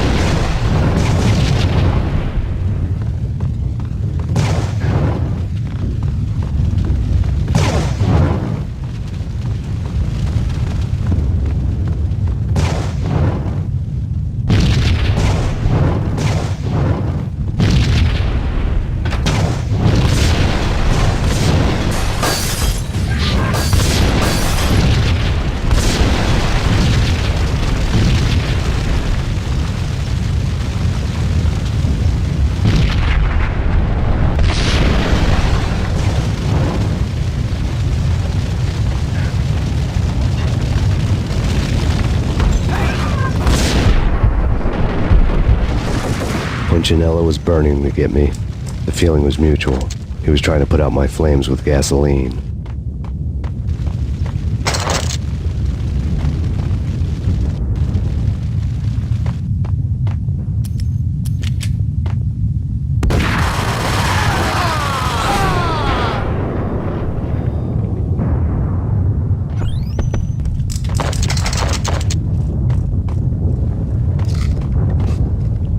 The mobsters have been guarding a real treasure, the way out of this disco inferno. There he is!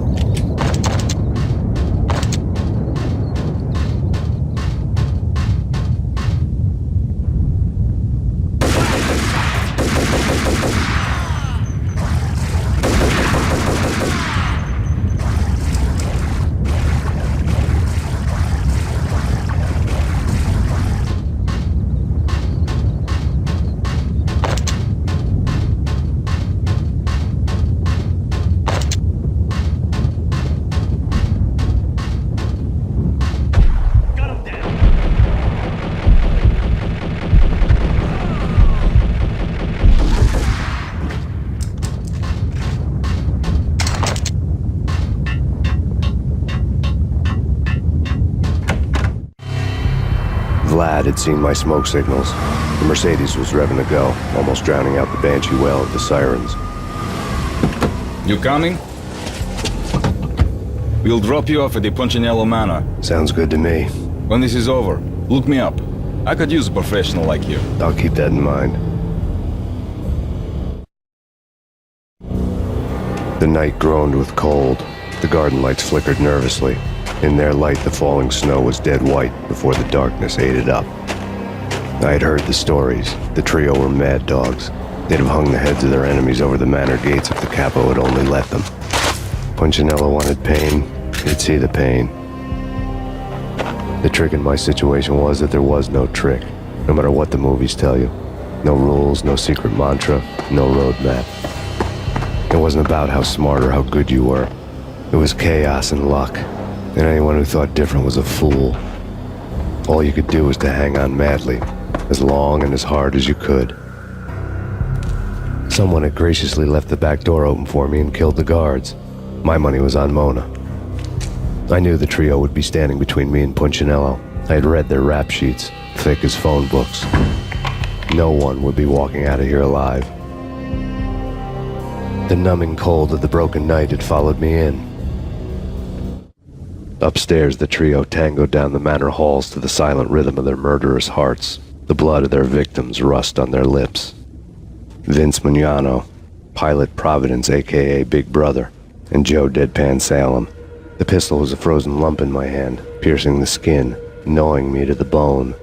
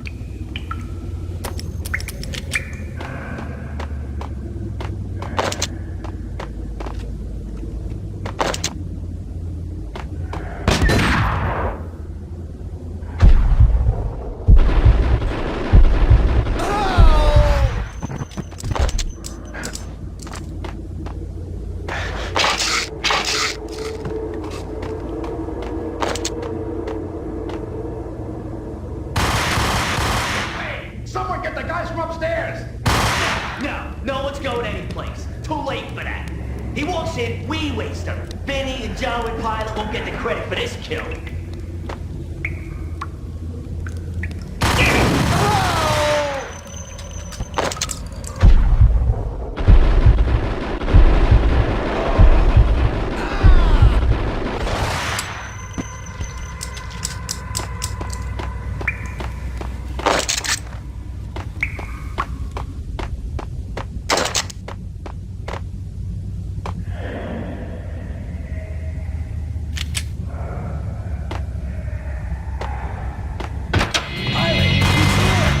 It didn't take me long to run into the trio.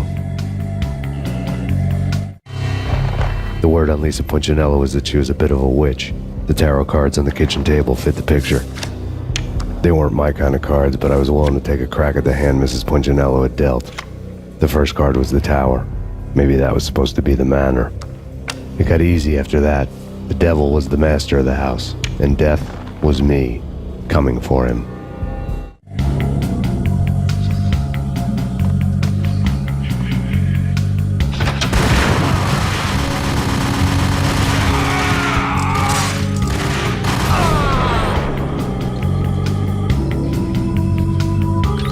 One down, two to go.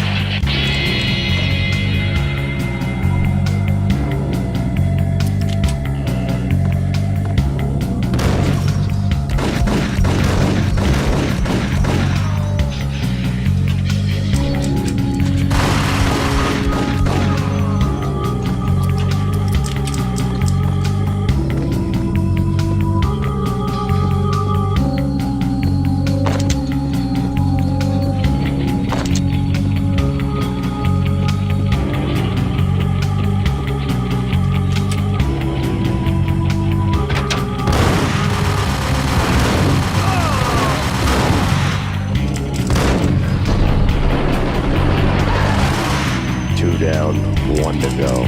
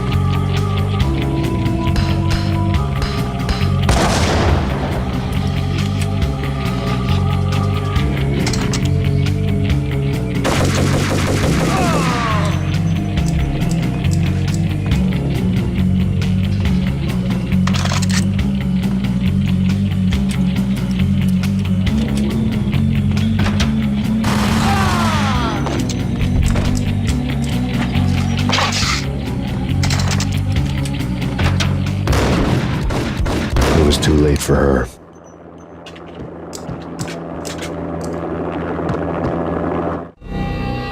You're a real angel, Max. I couldn't tell whether it was Mona or her sister. The body was a mess. The sick bastard had really gotten a kick out of it. Seeing her lying there got me thinking about another woman's body on another bed. Got me thinking about a fallen cradle.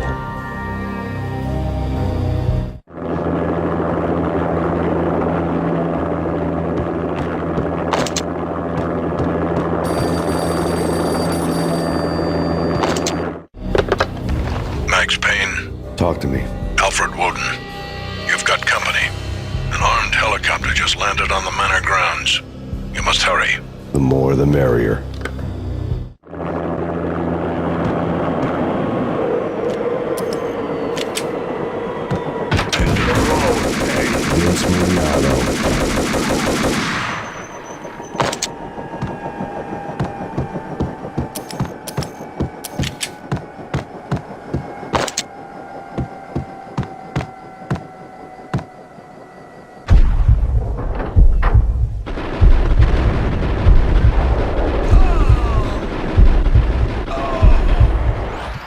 Punchinello's trio was done for.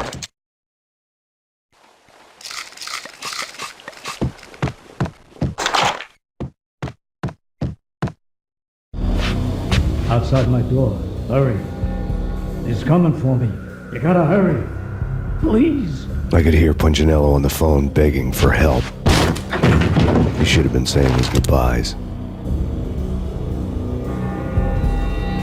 Punchinello was a pushover. The moment I stepped into the room, he folded like a deuce before a royal flush. No, wait. I was just doing what I was told. I couldn't refuse. She's someone high up. Government, maybe. I don't know. He was trying to buy more sand for his hourglass.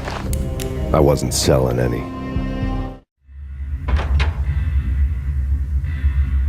No, I told him not to.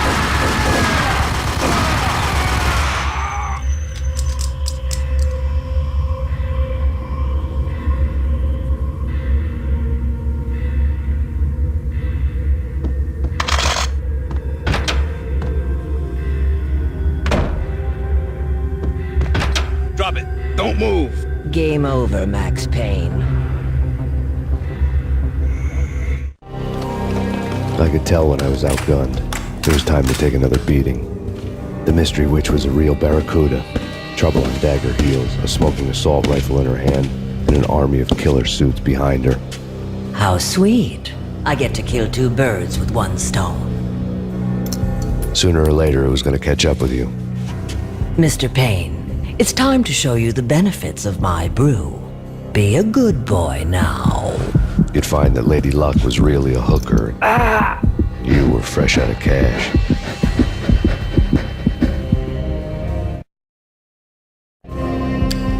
Gentlemen, we're done here. Take me to Cold Steel.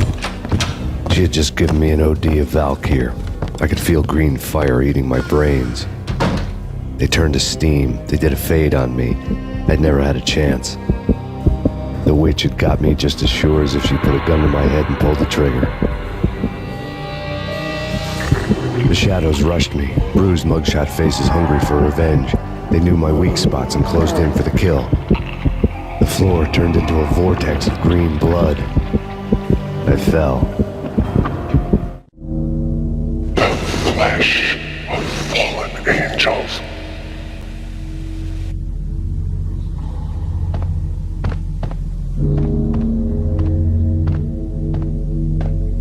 Who's there? Max? Max, is that you?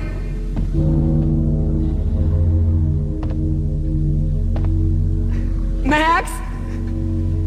Where are you, Max? Please.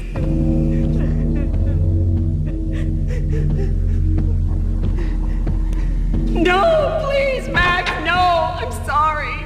Please don't, Max, no, please.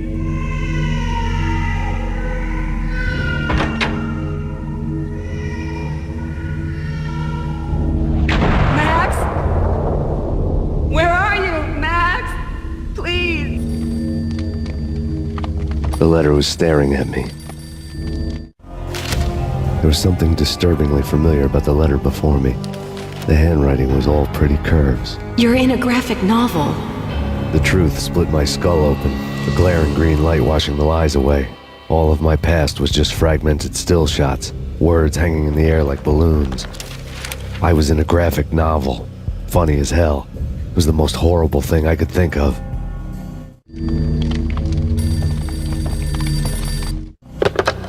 Bartender is shiny stuff and dreams are made of stooped necromancers. He sings like a banana wrist, having strayed too close to the constellations on their shaved skulls. There was a bad line in a prank call.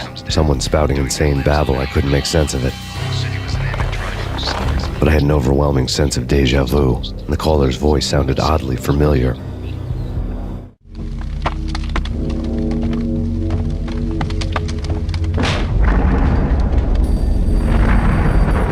The weird piece of paper looked dangerous. There was something disturbingly familiar about the letter before me. The handwriting was all pretty curves. You're in a computer game, Max. The truth was a burning green crack through my brain, weapon statistics hanging in the air, glimpsed out of the corner of my eye, endless repetition of the act of shooting, time slowing down to show off my moves, the paranoid feel of someone controlling my every step. I was in a computer game. Funny as hell, it was the most horrible thing I could think of.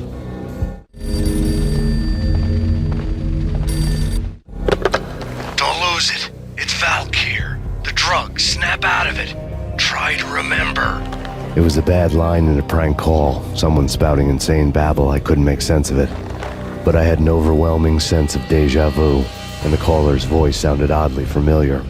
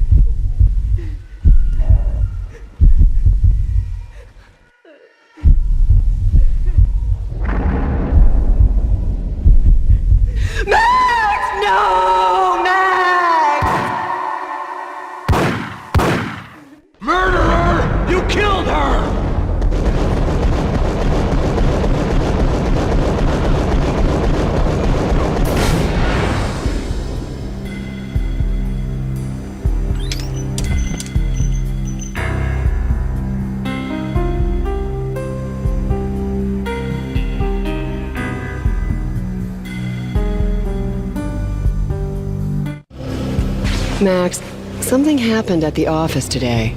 A strange memo. Something about Vikings. Honey, I gotta run. You can tell me all about it this evening. Have a nice day, darling. The bullet holes were rubies on her chest, blood glowing on her ivory skin. She was so beautiful. The killer was smiling. The flesh of fallen angels. Slowly, the green nightmare faded, leaving dark stains on my soul that would never come off. I felt like flatlining. I was all shook up. I woke up in a cold sweat, sick and tired to the bone, lying in a puddle of my own puke. The hag had said take me to Cold Steel before it had all gone crazy. It was a clue, the only one I had. It took me forever to crawl back to my feet and hit the road, but when I did, I drove straight to Cold Steel Foundry outside the city. There was a whole lot of action around the place for a freezing winter night. Trucks coming and going, men running. I had the drop on the mystery witch. She thought I was dead. I was on her blind side. I was going in. The bad trip had put me in a crazy mood, adrenaline pumping through my aching veins. Staggering on the mill roof in ice and snow and wild wind, I was a ninja. My kung fu was strong. I wasn't kidding anybody. At best, I was Superman on Kryptonite about to fall through a skylight, down to where it was all going down. A half-abandoned industrial area in the middle of nowhere. The factory was a perfect front for any number of illegal activities.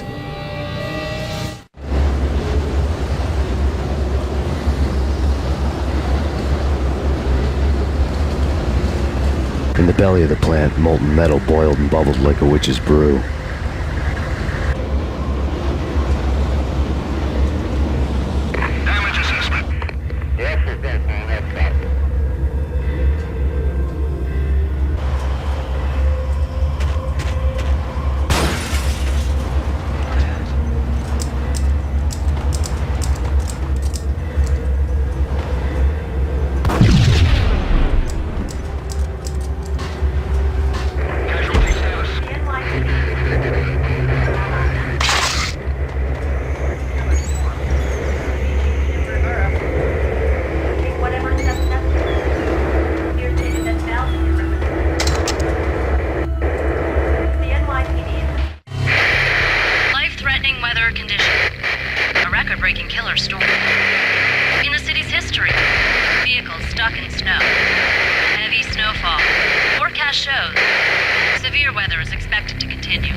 Out in the night, snow fell like confetti over the Devil's Parade.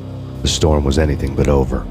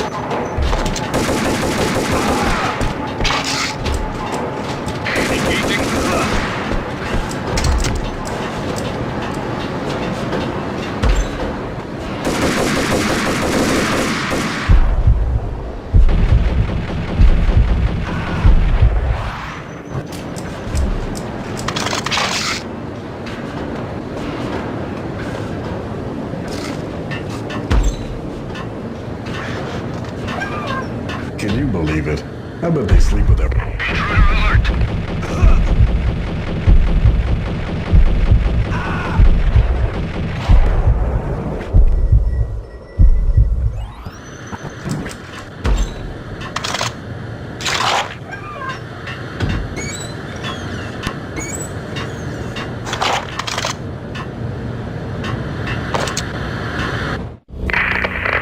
Perimeter breached. The facility has been compromised. Repeat, the Deep Six has been compromised. Initiate Operation Deadeye. The walkie-talkie military lingo could mean only one thing. They were getting ready to destroy the evidence and vanish into the night. I was so close. The hidden truths were just around the corner.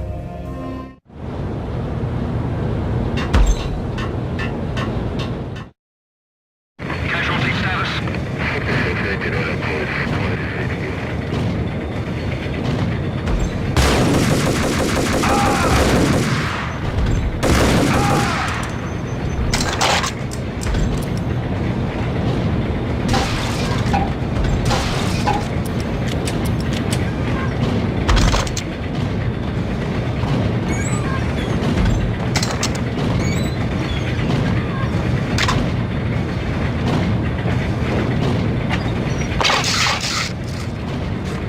The folder on the table told a grim tale.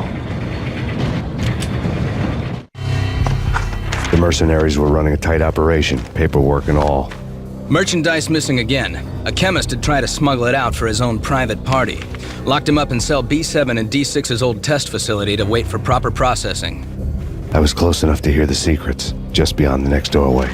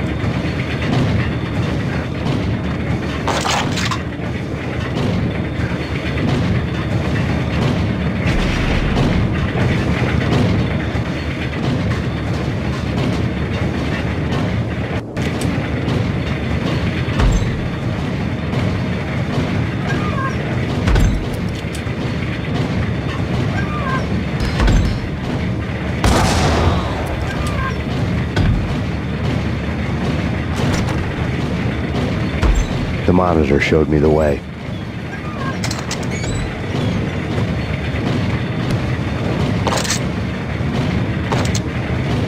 Processing diagrams filled the control room screens, all but one. An elevator titled D6 on one of the screens, somewhere onwards, past rows of ovens, in the core of the plant.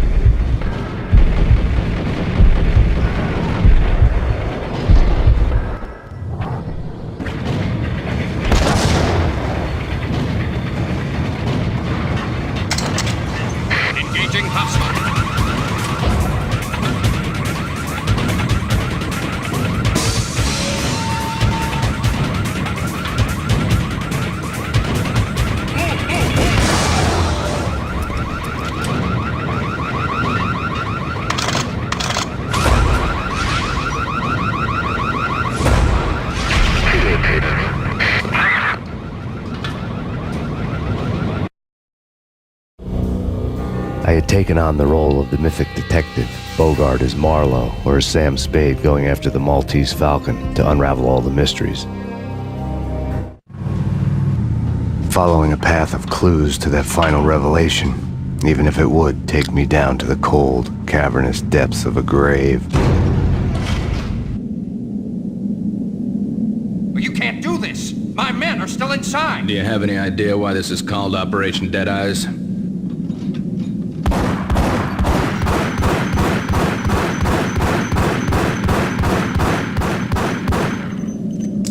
I think he's dead already. Let's do it.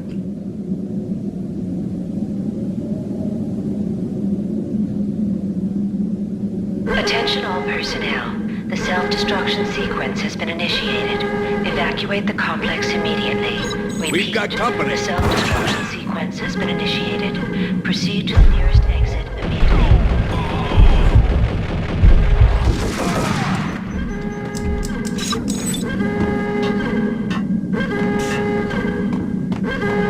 I had seen the logo on the floor before. There was an old army bunker under the steel mill. I knew the military plaque on the floor. I had seen 1,000 variations of the insignia on crumbling brick walls everywhere in the city. The sword replaced by a syringe.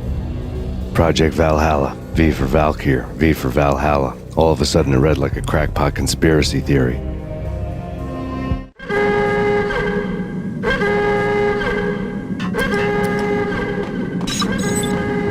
Abort! Abort! The self-destruction sequence is pulled!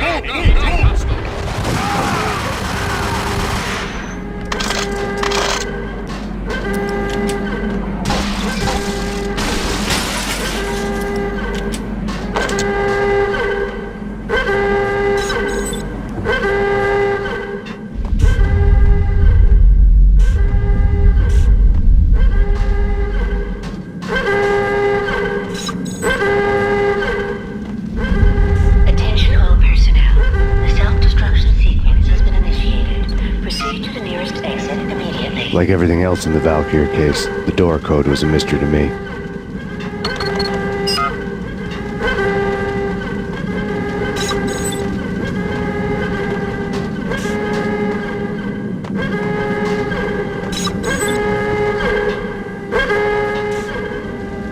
Decontamination in progress. The chemist had been using the workstation when he died. The half-life of the lab rat had ended online, his password blinking on the screen. 665, the neighbor of the beast.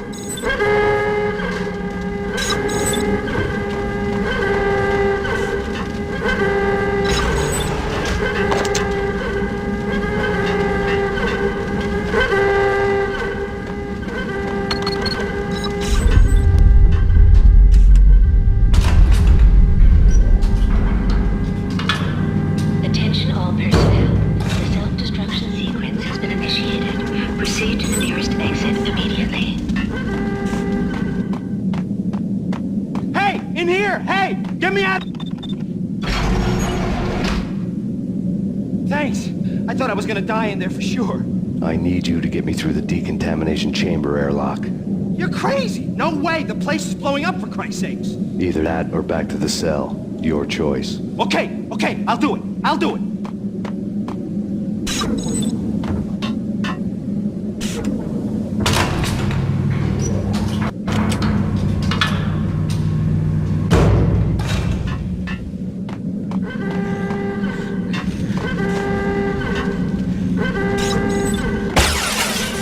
We're dead! We're dead! Go, go!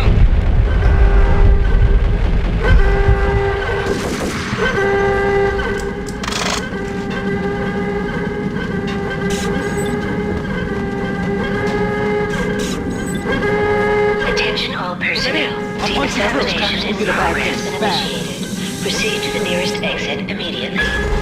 Decontamination complete.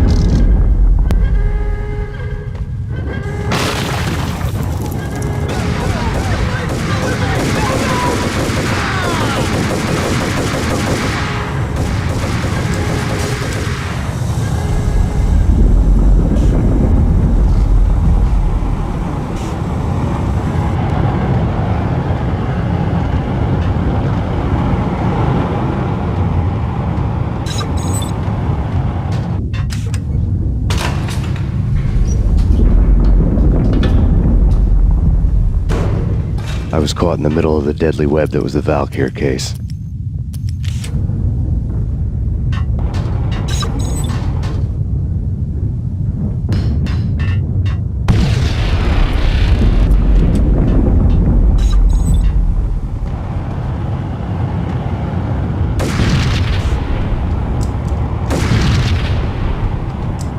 One of the lab terminals had the project logo on the screen. Top secret. Project Valhalla. U.S. Army. Yggdrasil Network. Valhalla, the otherworldly place in Norse mythology where the bravest heroes spent their afterlife feasting and fighting forever, their wounds miraculously healed night after night. Valkyr, the maidens who chose the most courageous Viking warriors and carried them to Valhalla. 1991. The research objective is to create a chemical substance to enhance the stamina and morale of infantry troops.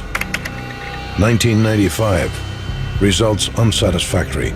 Project canceled. Someone had decided to continue the sick experiment unauthorized.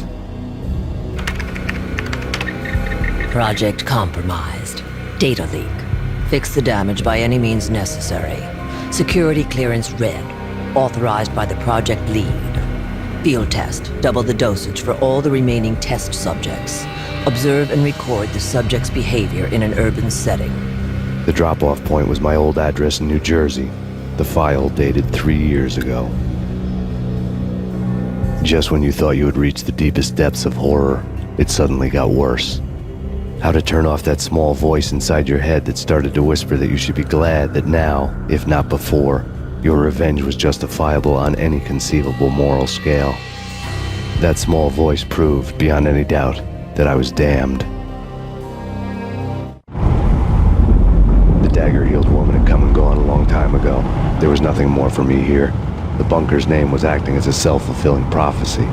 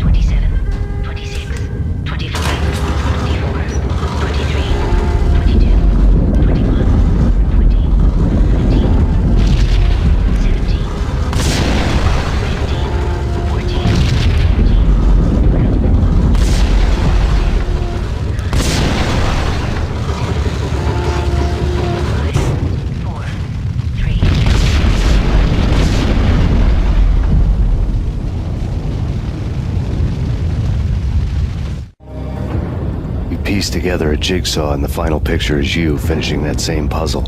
A mad, green-eyed killer standing behind you. An urban legend come true. The Project Valhalla test subjects had been the mad junkies who had murdered my loved ones. The rest was simple body count math. It all pointed to her. Ms. Valkyr. The factory went up in a fiery inferno behind me. All my leads were dead, turned to smoke and dust. I had lost my way. I hadn't slept in a million years.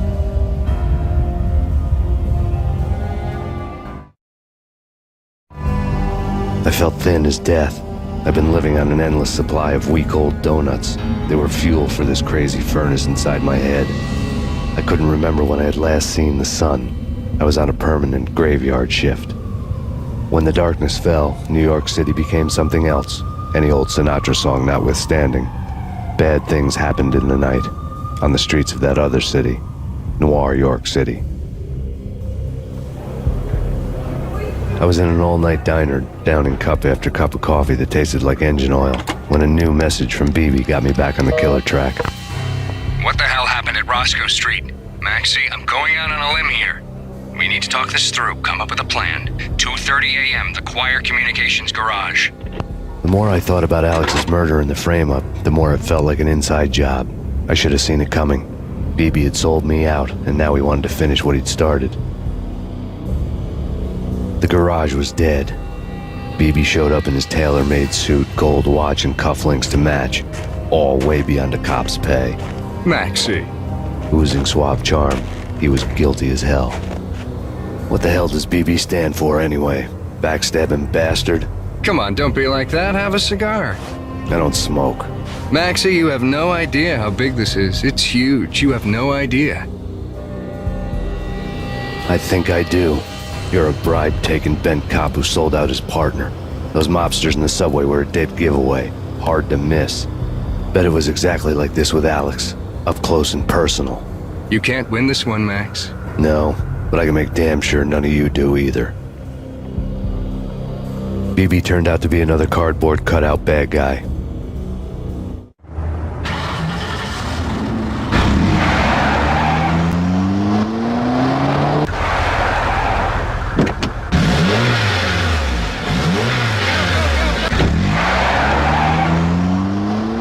A bad cop on the take, a cowardly right-hand man fleeing from the scene, leaving his paid thugs to do his dirty work.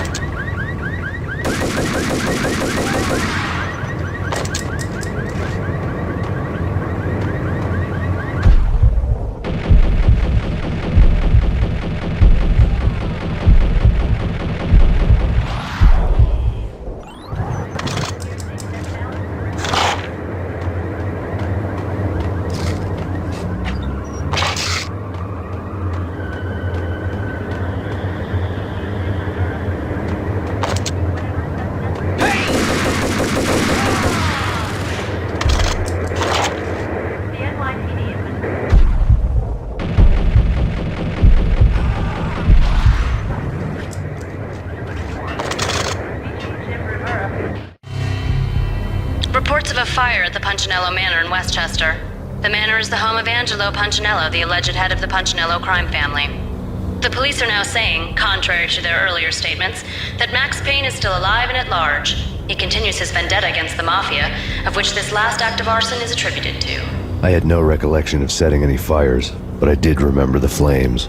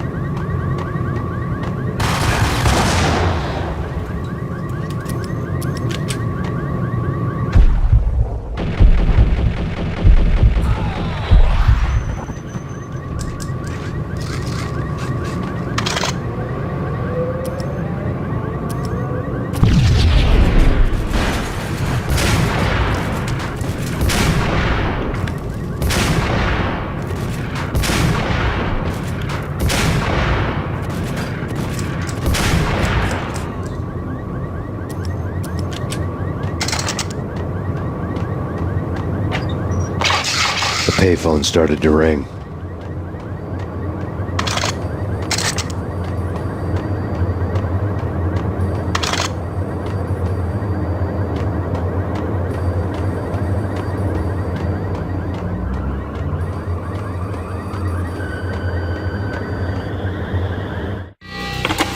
Yeah. Max Payne? Whatever does it for you. This is Alfred Woden. I can give you the name of your enemy. Come to the Asgard building presently. We are expecting you.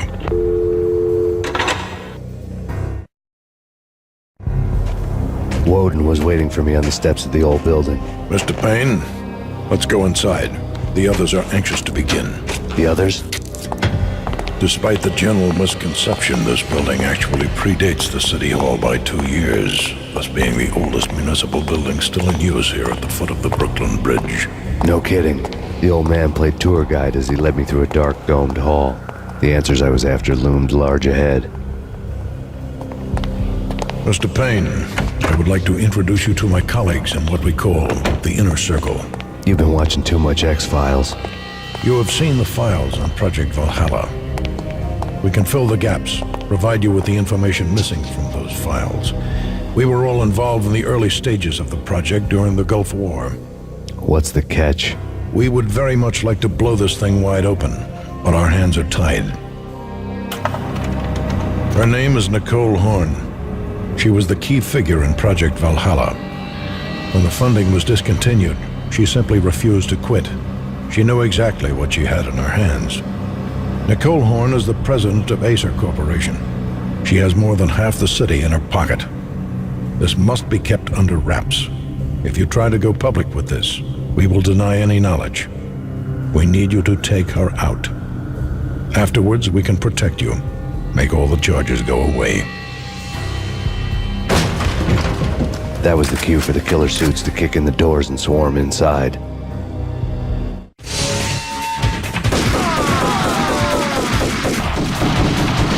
It was an impressive floor show, but I decided to leave early anyway. It was only a one-story fall. Lucky me.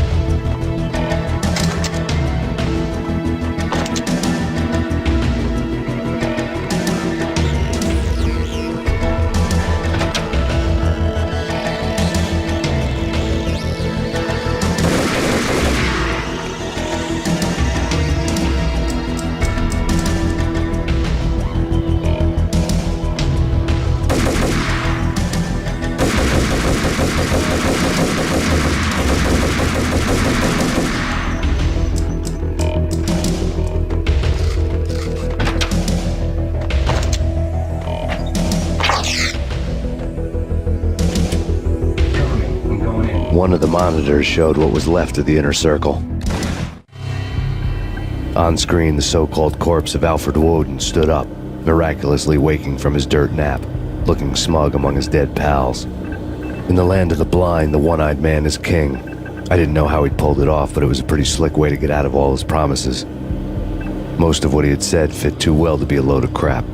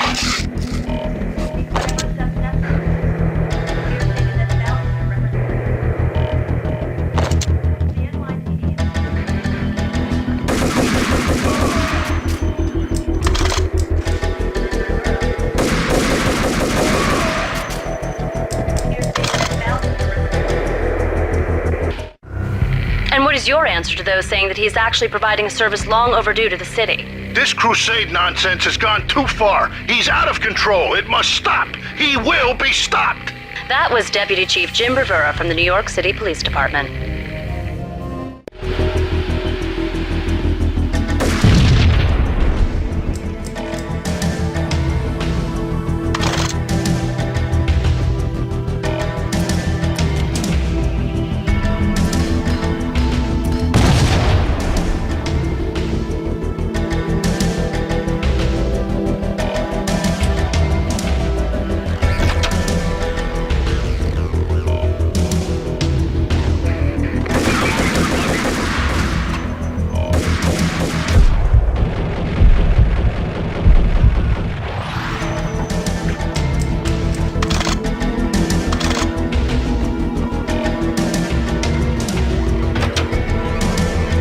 A videotape lay on the desk.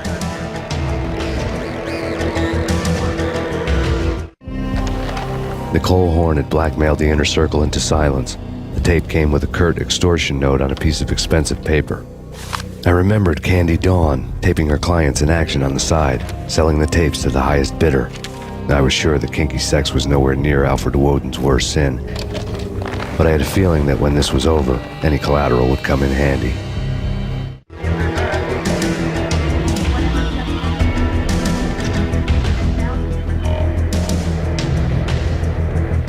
Woden had left me a present. Woden had taken care of my mission preps with military precision. The critical areas in the Acer Corporation headquarters blueprints were circled in red. The president's office was at the top of the building, right below her penthouse suite. The elevators were controlled by a security computer, part of the mainframe located underground below the building. The high-rise was sealed as tight as a sci-fi fortress.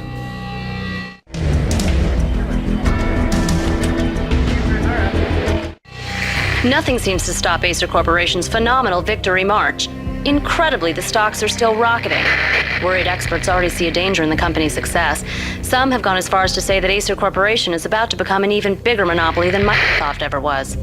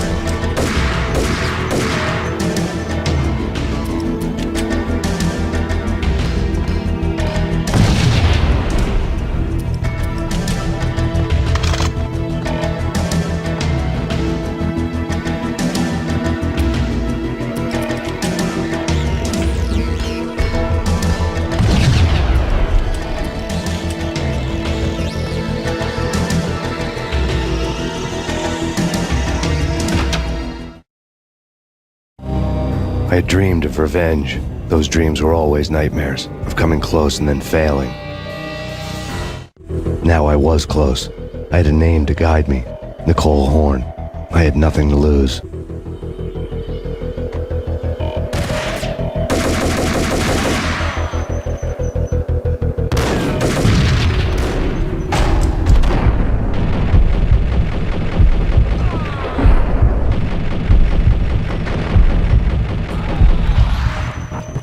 The Inner Circle had quite a track record.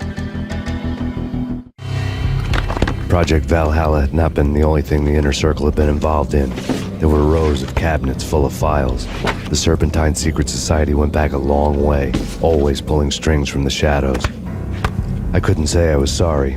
Woden's move in some Byzantine power game had cut the Circle's membership roster to 1. The old man wanted me on cleanup duty. It was my mess too.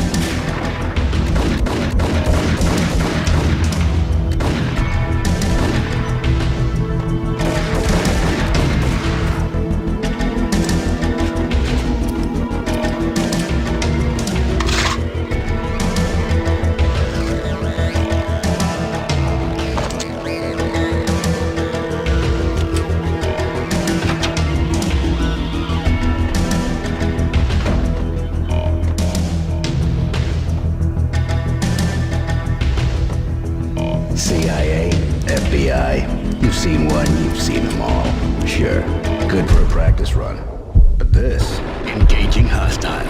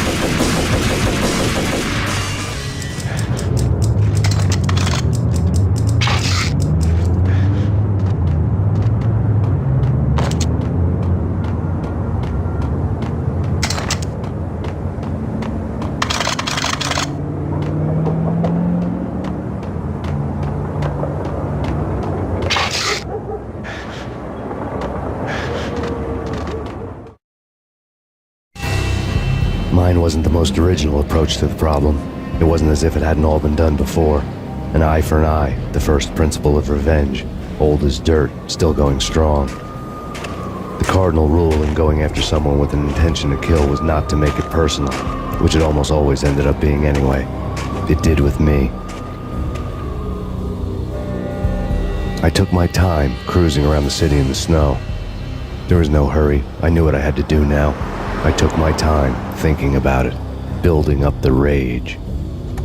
When I was ready, I parked the stolen wheels at the front entrance of the Acer Corporation headquarters. Got out, got in, got cracking. I had a bullet with Nicole Horn's name on it. I had 10,000 bullets with the Hag's name on them.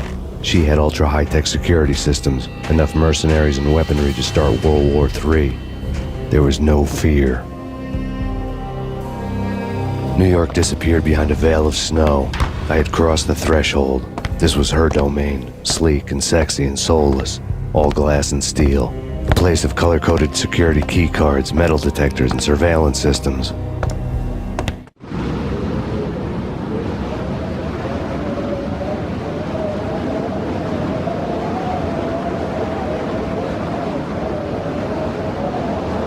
Colder than a walk-in fridge. Cold as a gun.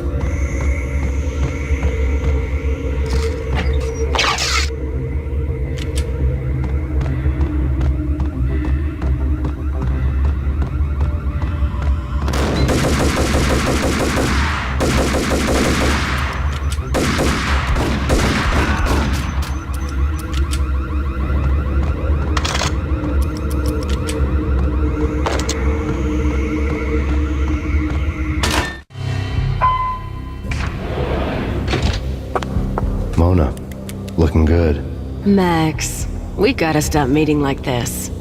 It will be a cold day in hell before I let a narc cop stop me. Miss Sachs, do your job.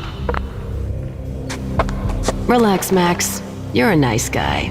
I don't kill nice guys. You're not bad yourself.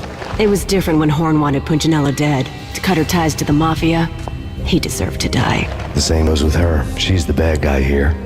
Her sister was whispering to her in my favor. I knew the appetites of ghosts intimately. They hungered for revenge. No! A gunshot boomed and she fell down in slow motion. She was a nice girl, not really a stone-cold killer. And now she was stone-cold dead. Like religious fanatics or loyal samurai, Horn's private army was coming at me.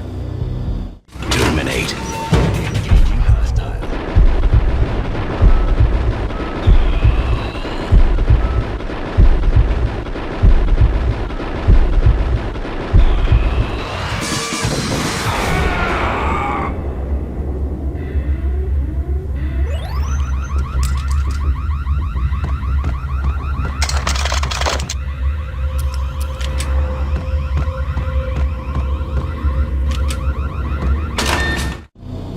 When the elevator came back down, Mona was gone. There was a lot of blood, but no body.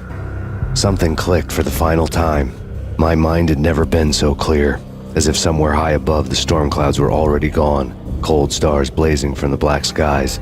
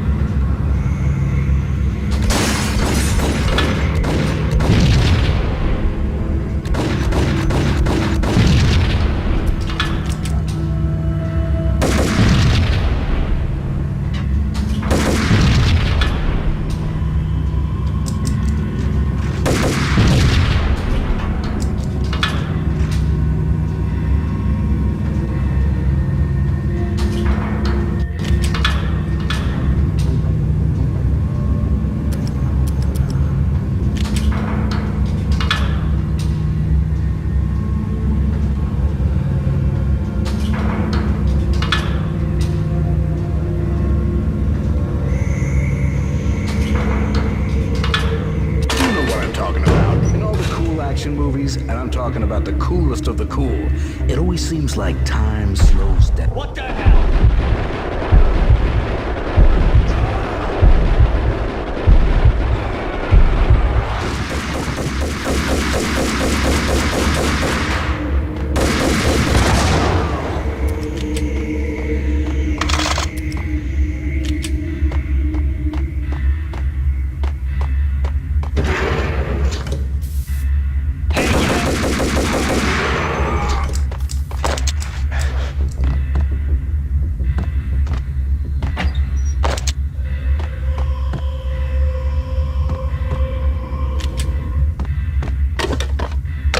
I had elevator access to the mainframe. From there, I'd be able to override the security locks and get to her office.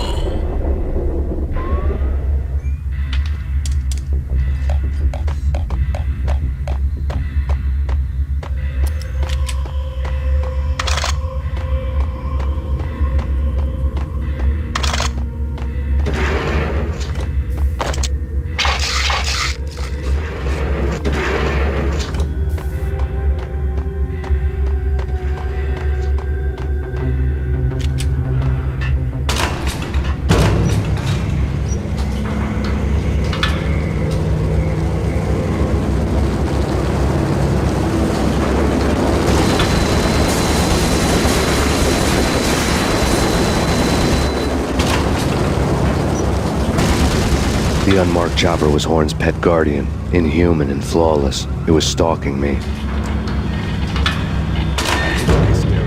I'm not a cold-blooded killer. I'm a nice guy. I love my wife. I have 2 boys. I'm very... What kind of bastard? Kill the bastard!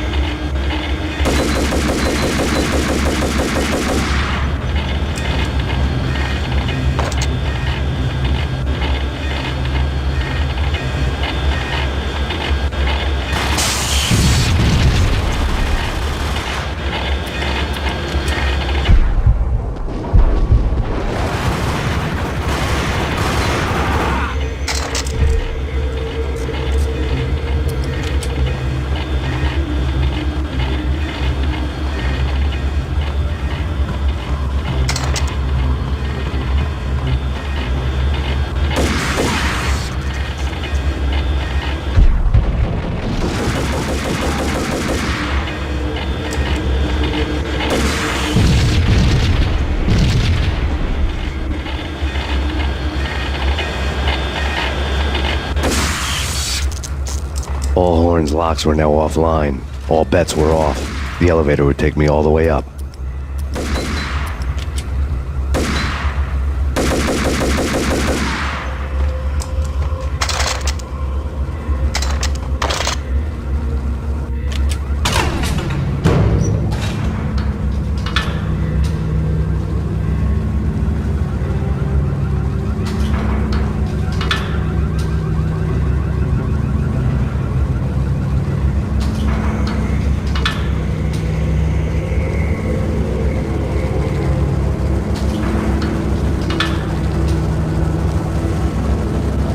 Seen from this height, the night seemed to stretch on to eternity.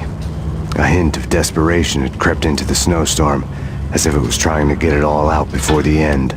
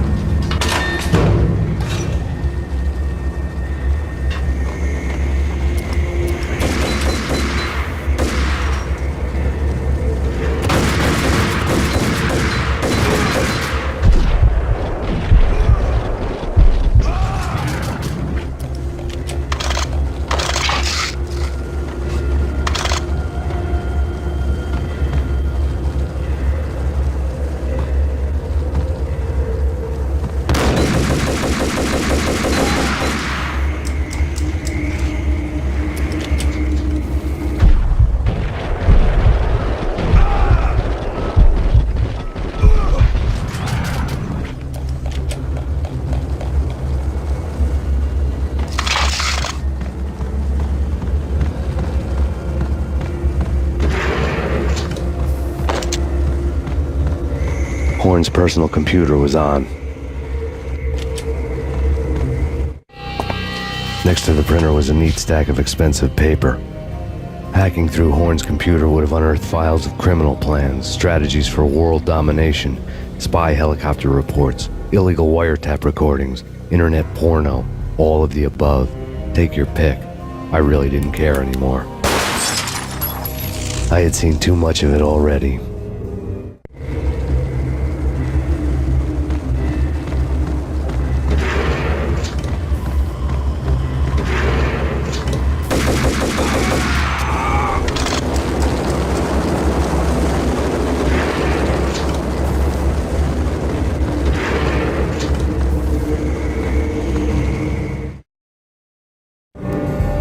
Valkyr had been meant to be a white-winged maiden that would lift you to a warrior's heaven, but it turned out to be a one-way demon ride to hell. The devil was in the drug. I knew. I had met him.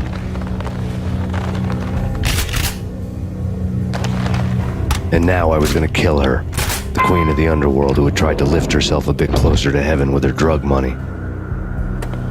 No begging, no bribes. She knew better. Honor among killers. We who were about to die. Both of us knew how this would end, in pain and suffering. All this because your wife stuck her nose into things that were none of her business. The cops were coming to take me away. The sirens were like a bad conscience I couldn't shake. It's ridiculous you've made it this far.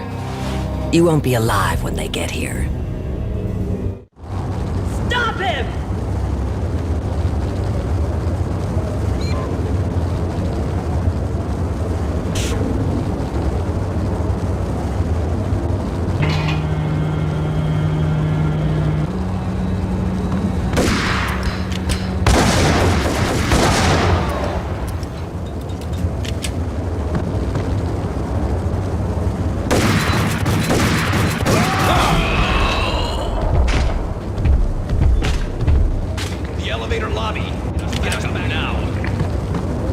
Max Payne, this is futile.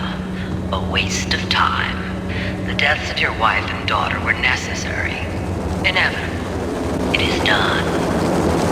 You cannot bring them back. Nothing you do will make it any better.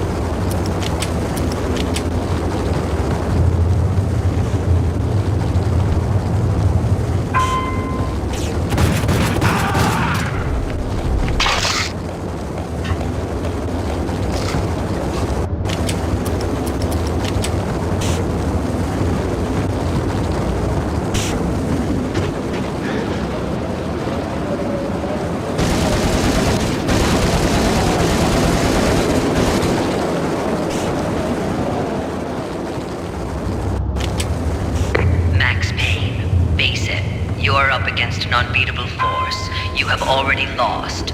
You have lost. Only death will set you free from your pain. Accept it. Surrender. Give up. We have him in the North Lounge.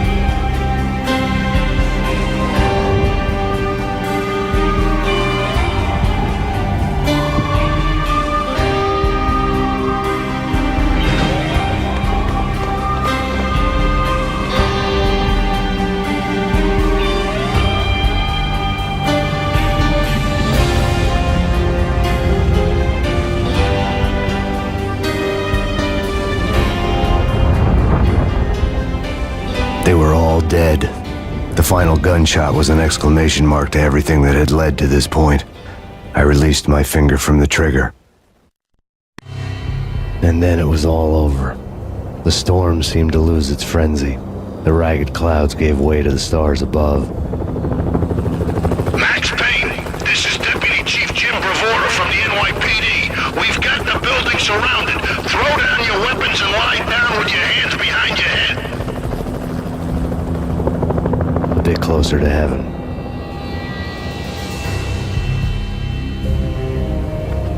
The cops' voices were distant and muted. Freeze! NYPD! Hold it right there! My ghosts released me from their haunting. Down below, New York City glittered like diamonds on black velvet. You gave us one hell of a ride. Take him down to Central Booking. You heard the man. Woden was there in the crowd, standing by the sidelines. It wouldn't be over till the man with the patch would say so. He'd say the right words. I knew he would. He'd better. Woden grinned smugly. It was the grin of a winner. That made two of us.